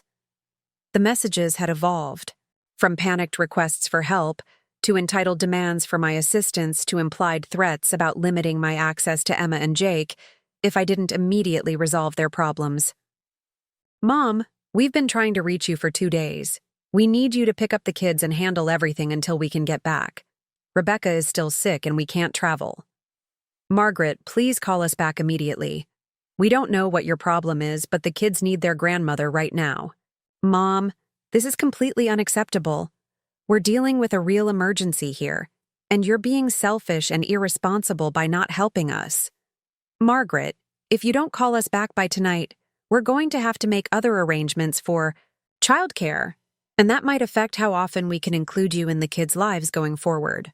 Reading these messages, I felt the same calm, focused determination that I had experienced during the most challenging fraud investigations of my career. Michael and Rebecca were revealing their true character under pressure, and they were making it very clear that they saw me as a resource to be exploited rather than a person whose feelings and needs mattered to them. They were still trying to manipulate me with threats and guilt, even after abandoning me in an emergency and lying to me for 4 days about their activities.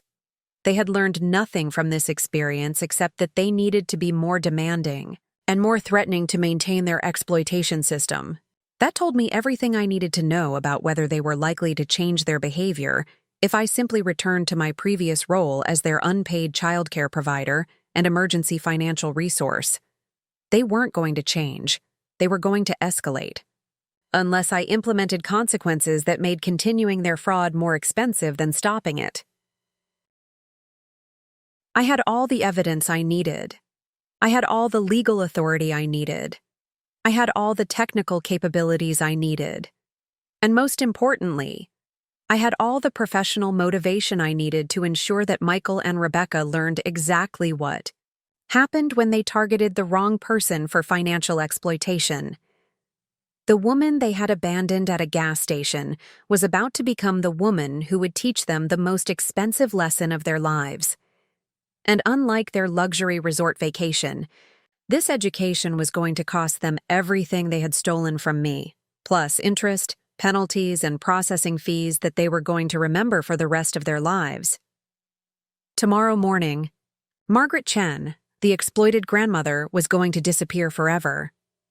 Margaret Chen, the banking security specialist, was about to take over, and Michael and Rebecca were about to discover that some mistakes are too expensive to survive. Monday morning at exactly 8 a.m., I sat in my home office with a cup of coffee and 40 years of professional expertise, ready to implement the most comprehensive fraud response of my career. The calm, focused clarity I felt was identical to what I had experienced during the most significant banking security cases of my professional life, except this time, I wasn't protecting a financial institution from criminals. I was protecting myself from family members who had spent 3 years systematically exploiting my love and trust. My phone had been ringing since 6:30 a.m. with increasingly frantic calls from Michael and Rebecca, who were apparently just discovering that their childcare exploitation system had completely collapsed while they were enjoying their luxury vacation. According to their social media posts, they were supposed to check out of the Broadmoor Resort that morning and drive back to deal with the emergency they had created by abandoning me. But I wasn't answering my phone. Margaret Chen, the accommodating grandmother who solved other people's problems, was done. Margaret Chen, the banking security specialist, was about to teach them exactly what happened when fraud victims had professional expertise and federal law enforcement connections. Began with a single phone call to Jennifer Martinez at First National Bank of Colorado. "Jen, it's Margaret. I'm ready to implement the fraud response we discussed. Can you confirm that all my security protocols are active and that the monitoring systems are in place?" "Everything's ready, Margaret. Your accounts are secured, the fraud detection algorithms are running, and we have automatic alerts set up for any unusual activity patterns. Are you sure you're ready to do this?" "I've never been more ready for anything in my life." Initiate the sequence. What happened next would be studied by banking security professionals for years as a masterclass in comprehensive fraud response implementation. At 8:15 a.m., I accessed the secure banking system that I had used throughout my career to investigate and respond to financial crimes. But this time, instead of protecting other people from fraud, I was implementing consequences against the people who had been defrauding me.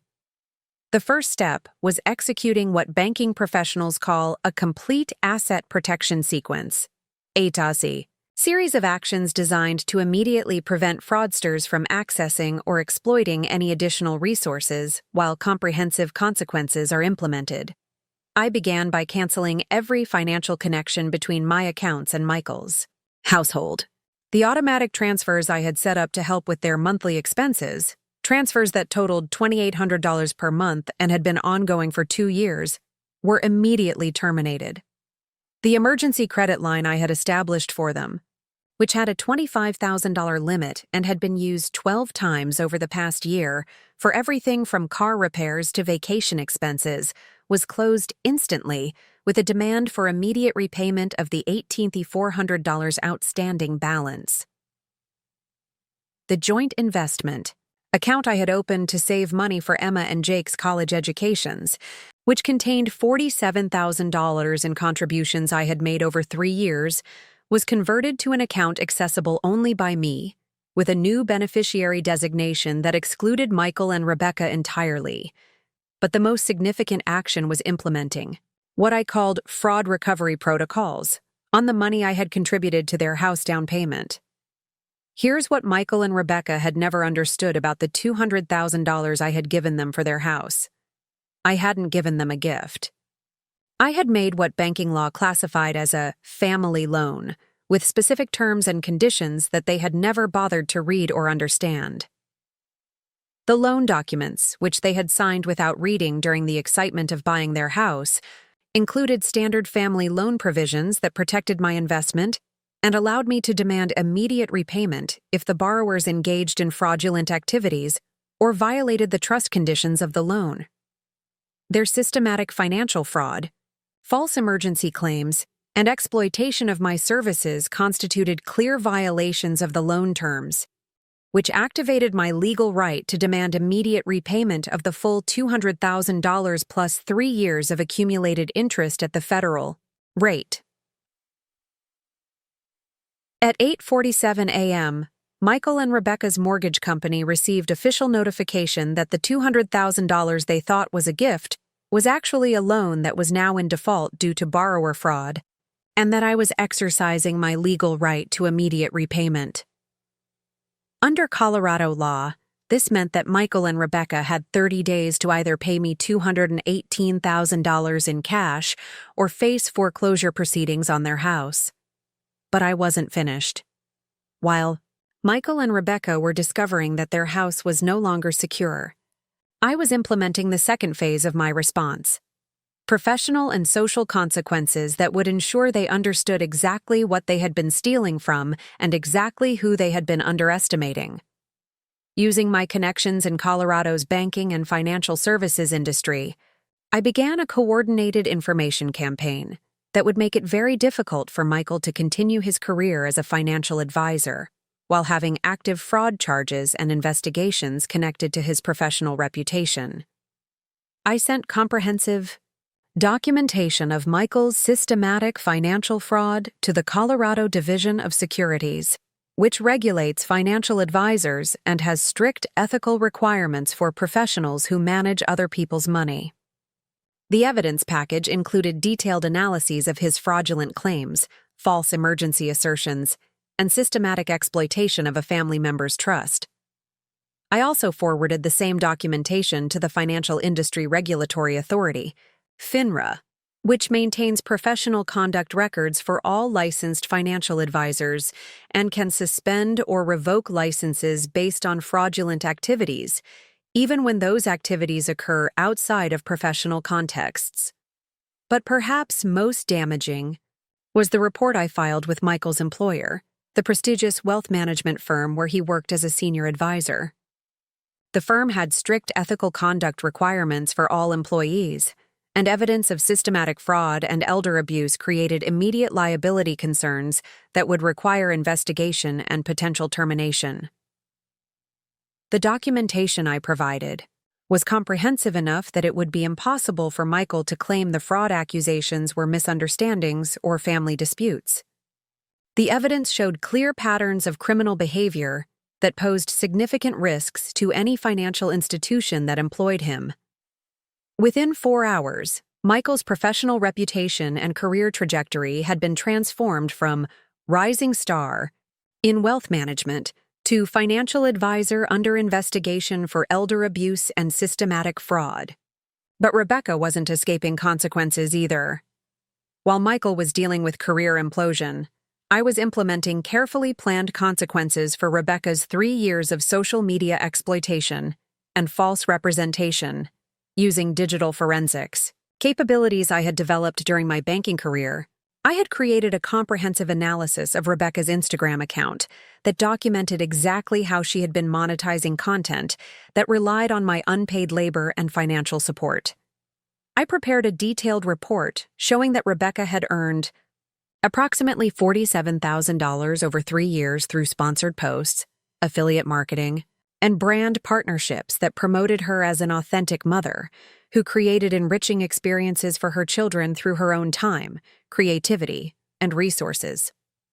The report included side-by-side comparisons showing Rebecca's public posts about family activities versus the private evidence, text messages, receipts, and timeline analyses, proving that I had planned, funded, and supervised most of the activities she was taking credit for.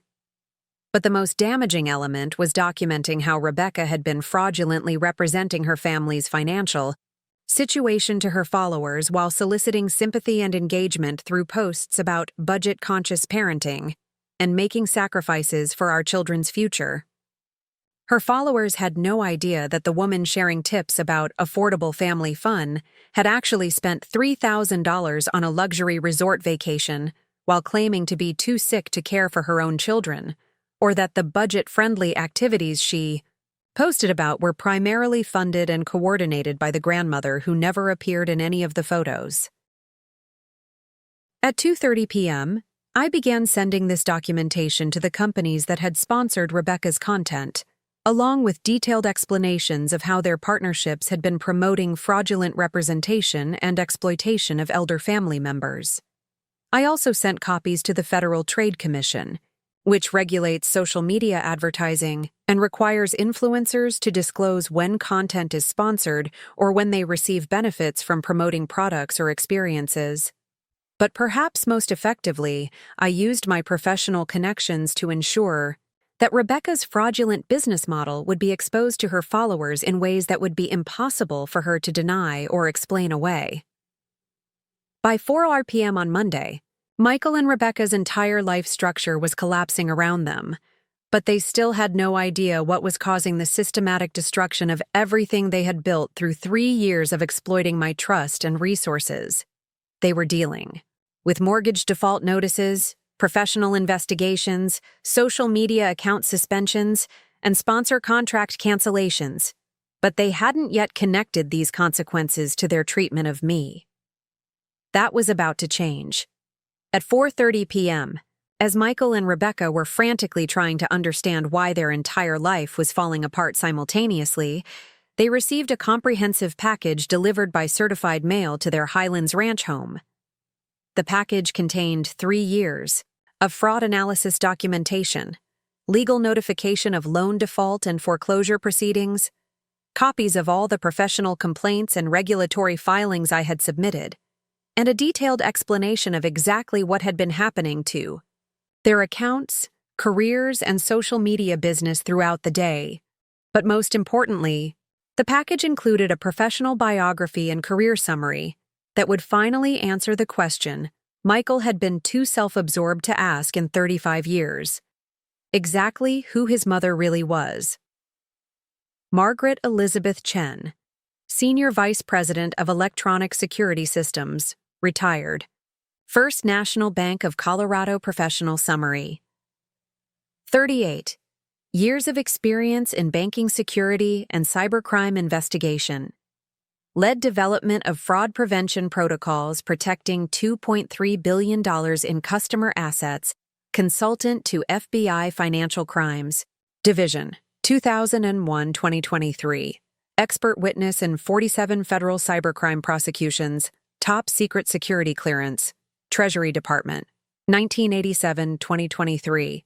Designer of electronic fraud detection systems used by 12 banking institutions across Colorado. Trainer for federal law enforcement cybercrime investigators, author of industry standard protocols for elder financial abuse investigation, annual consulting income. 50,000 professional network. 200-plus cybersecurity specialists, federal agents, attorneys, and banking executives. Career highlights. Detected and prevented $47 million in attempted banking fraud, 2019-2023. Testified in U.S. Senate Subcommittee hearings on cybercrime prevention, 2018. Received Director's Award from FBI for contributions to financial crime investigation, 2020. Developed cybersecurity protocols adopted by Federal Reserve Banking Guidelines, 2017. Led investigation that resulted in largest elder fraud prosecution in Colorado history, 2016. Current status, retained consultant.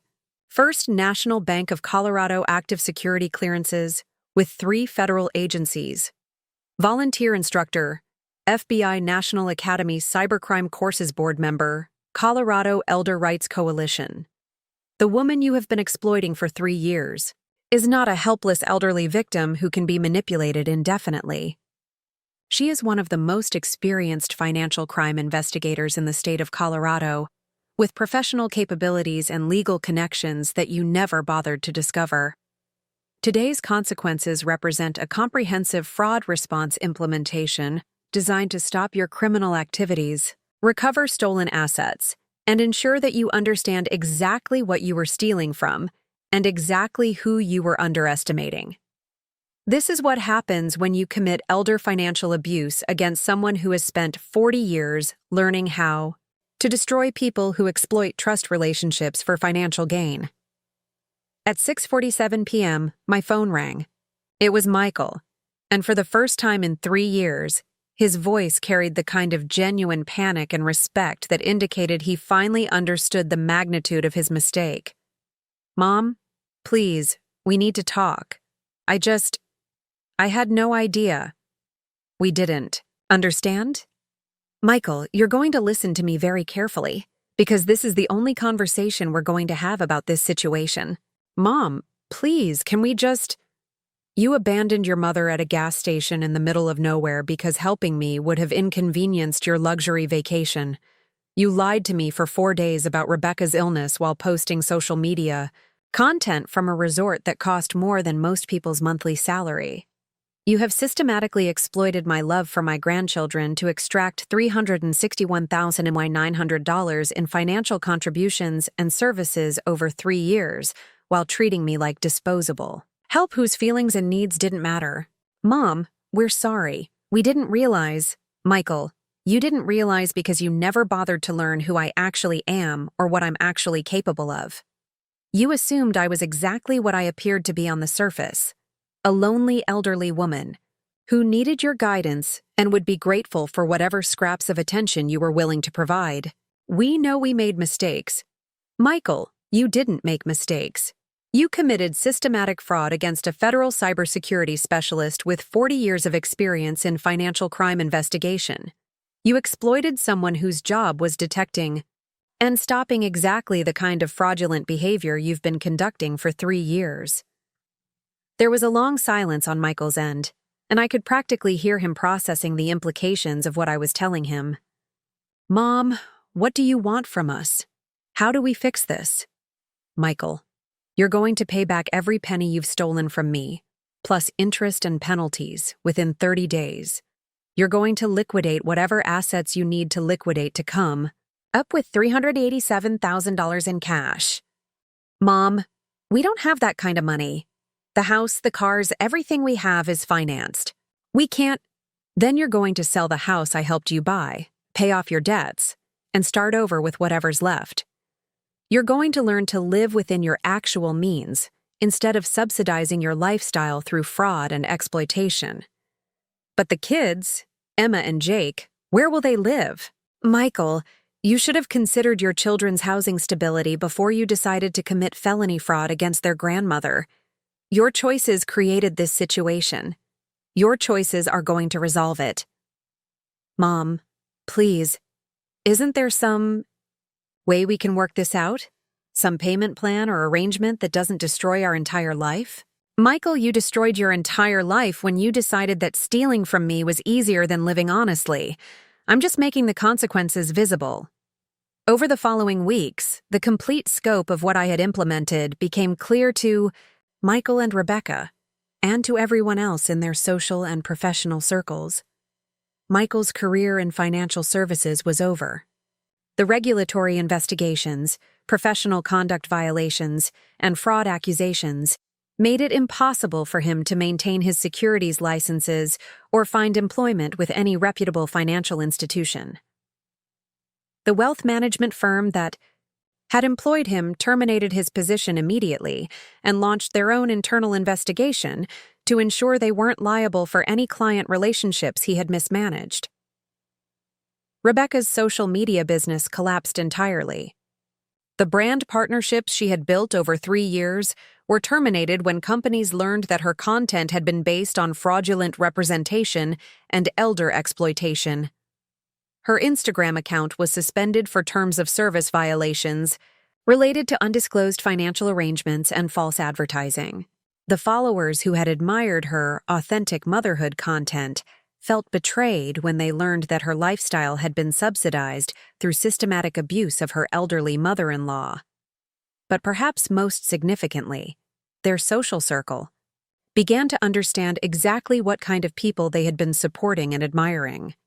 The Highlands Ranch community where they lived was small enough that news of their fraud charges and house foreclosure spread quickly through social networks, school communities, and neighborhood groups. Other parents began questioning whether they wanted their children spending time with a family where the adults had been charged with elder abuse and financial exploitation.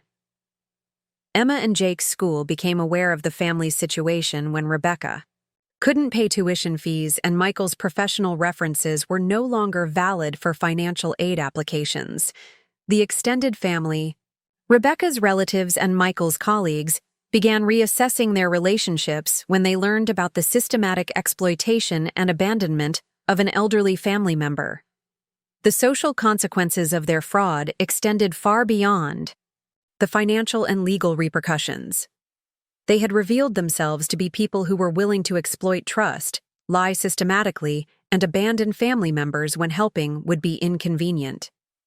Those revelations had social costs that would follow them for years.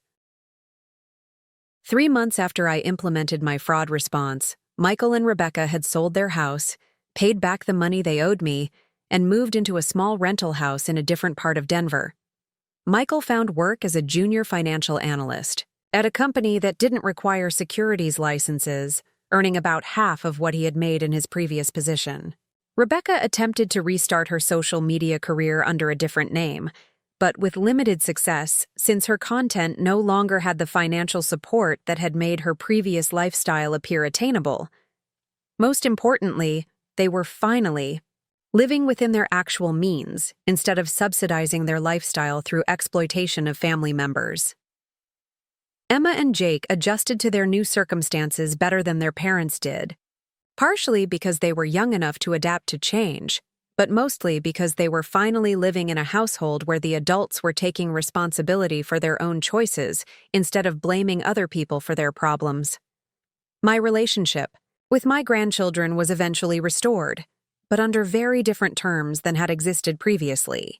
Michael and Rebecca no longer had the leverage to use my access to Emma and Jake as a tool for extracting unpaid services, because they understood that any attempt to manipulate our relationship would result in immediate professional consequences that they couldn't afford to survive.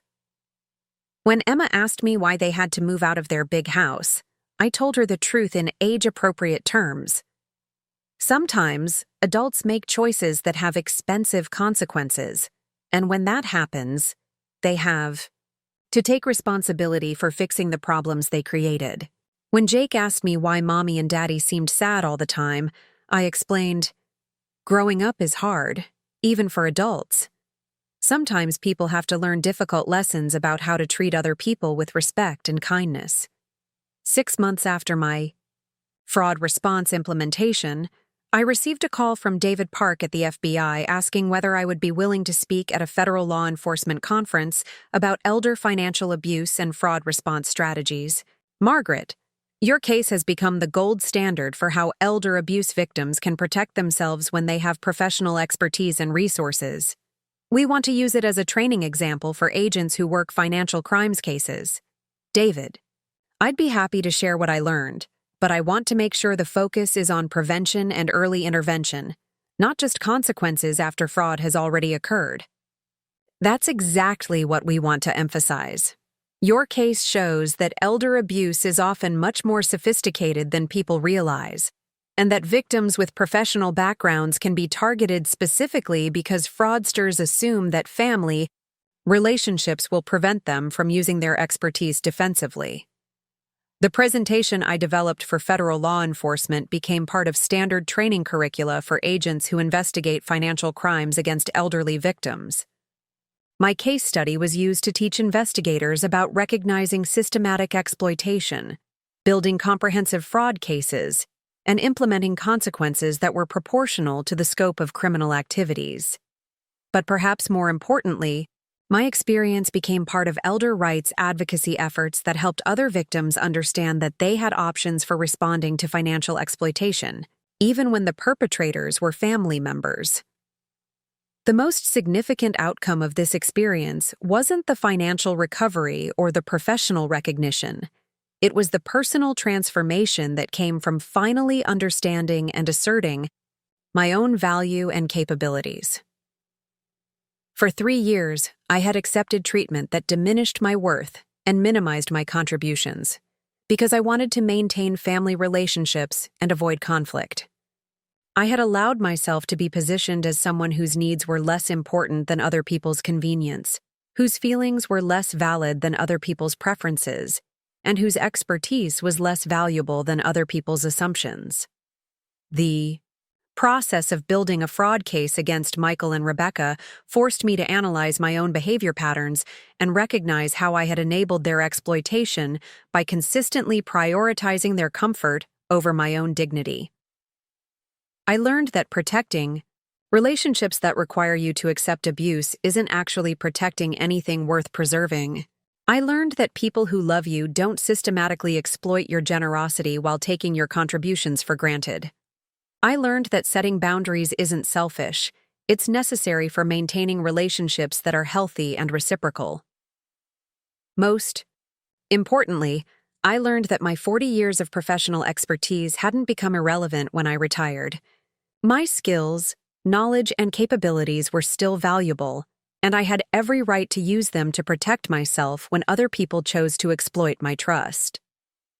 Today, 3 years after my fraud response implementation, my life looks very different than it did when I was functioning as Michael and Rebecca's unpaid childcare provider and emergency financial resource.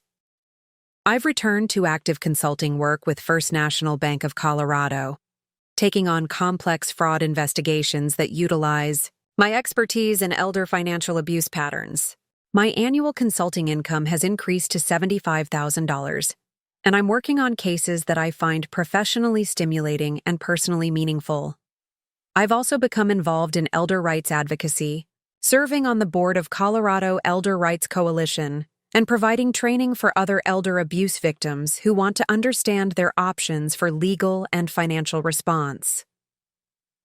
My relationship with Emma and Jake has evolved into something much healthier than the exploitation-based dynamic that existed previously. We spend time together because we enjoy each other's company, not because their parents need free childcare. I'm able to be the grandmother I want to be, someone who provides love, wisdom, and special experiences, without being taken for granted or treated like hired help. My relationship with Michael is slowly rebuilding, but on very different terms than existed before. He's learning to see me as a person whose feelings and needs matter, rather than as a resource to be utilized when convenient. He's also learning to take responsibility for his own choices and their consequences, rather than expecting other people to solve problems he creates. Rebecca and I maintain polite but distant contact for the sake of family harmony. She understands that any attempt to return to the previous exploitation patterns would result in immediate consequences that she can't afford to risk. Our interactions are cordial but limited, which suits both of us perfectly. But perhaps most importantly, I've reclaimed my sense of personal worth and professional identity. I'm no longer Margaret Chen, the lonely widow who needs guidance and management from younger family members. I'm Margaret Chen, the experienced professional who has valuable contributions to make and deserves to be treated with respect and appreciation. The story of how my son's family left me on the side of the road and I emptied their bank account isn't really a story about revenge or punishment. It's a story about what happens when people underestimate someone whose love they've been taking for granted. Michael and Rebecca spent 3 years assuming that I would accept whatever treatment they chose to give me because I was desperate to maintain access to my grandchildren and terrified of being excluded from their lives. They assumed that my age and retirement status meant that I was powerless to respond to their exploitation in any meaningful way. They were wrong about everything. They were wrong about my professional capabilities, my financial resources, my legal options, and my willingness to implement consequences when people chose to abuse my trust and generosity. But most importantly, they were wrong about what my love actually meant. They thought my love meant that I would accept any treatment, overlook any behavior, and continue providing support regardless of how they chose to treat me. They thought unconditional love meant unconditional tolerance for exploitation and abuse. Real love means caring enough about people to stop enabling their destructive behavior, even when stopping that behavior is expensive and painful for everyone involved. Real love means refusing to subsidize choices that hurt other people, even when those people are family members you care about deeply. Real love means setting boundaries that protect your own well-being and dignity, even when other people prefer the version of you that accepts whatever they choose to give. The hardest lesson I learned from this experience is that sometimes the most loving thing you can do for people is to stop protecting them from the consequences of their own choices. Michael and Rebecca needed to learn that actions have consequences, that trust has value, and that other people's feelings and needs matter as much as their own convenience and preferences. They needed to learn those lessons more than they needed my continued financial support and unpaid services. And I needed to learn that my value as a person wasn't dependent on other people's willingness to appreciate my contributions or treat me with respect. My value was inherent in who I am and what I'm capable of, regardless of whether other people recognized or acknowledged that value. The woman they left at that gas station wasn't someone who needed their permission to be valuable. She was someone who had spent 40 years learning exactly how to protect herself and others from people who exploited trust for personal gain. And when she finally decided to stop protecting them from themselves, they learned exactly what they had been underestimating for 3 years. Today, when people ask me how I found the strength to implement such comprehensive consequences against my own family members, I tell them that it wasn't strength, it was professional competence applied to personal protection. And when they ask me whether I regret how severely I responded to their behavior, I tell them that my only regret is waiting 3 years to stop accepting treatment that was beneath my dignity and inconsistent with my value. The woman who was abandoned on the side of the road taught the people who abandoned her exactly what they lost when they chose convenience over character, and that lesson changed everything for all of us. Up next, you've got 2 more standout stories right on your screen. If this one hit the mark, you won't want to pass these up. Just click and check them out. And don't forget to subscribe and turn on the notification bell so you don't miss any upload from us.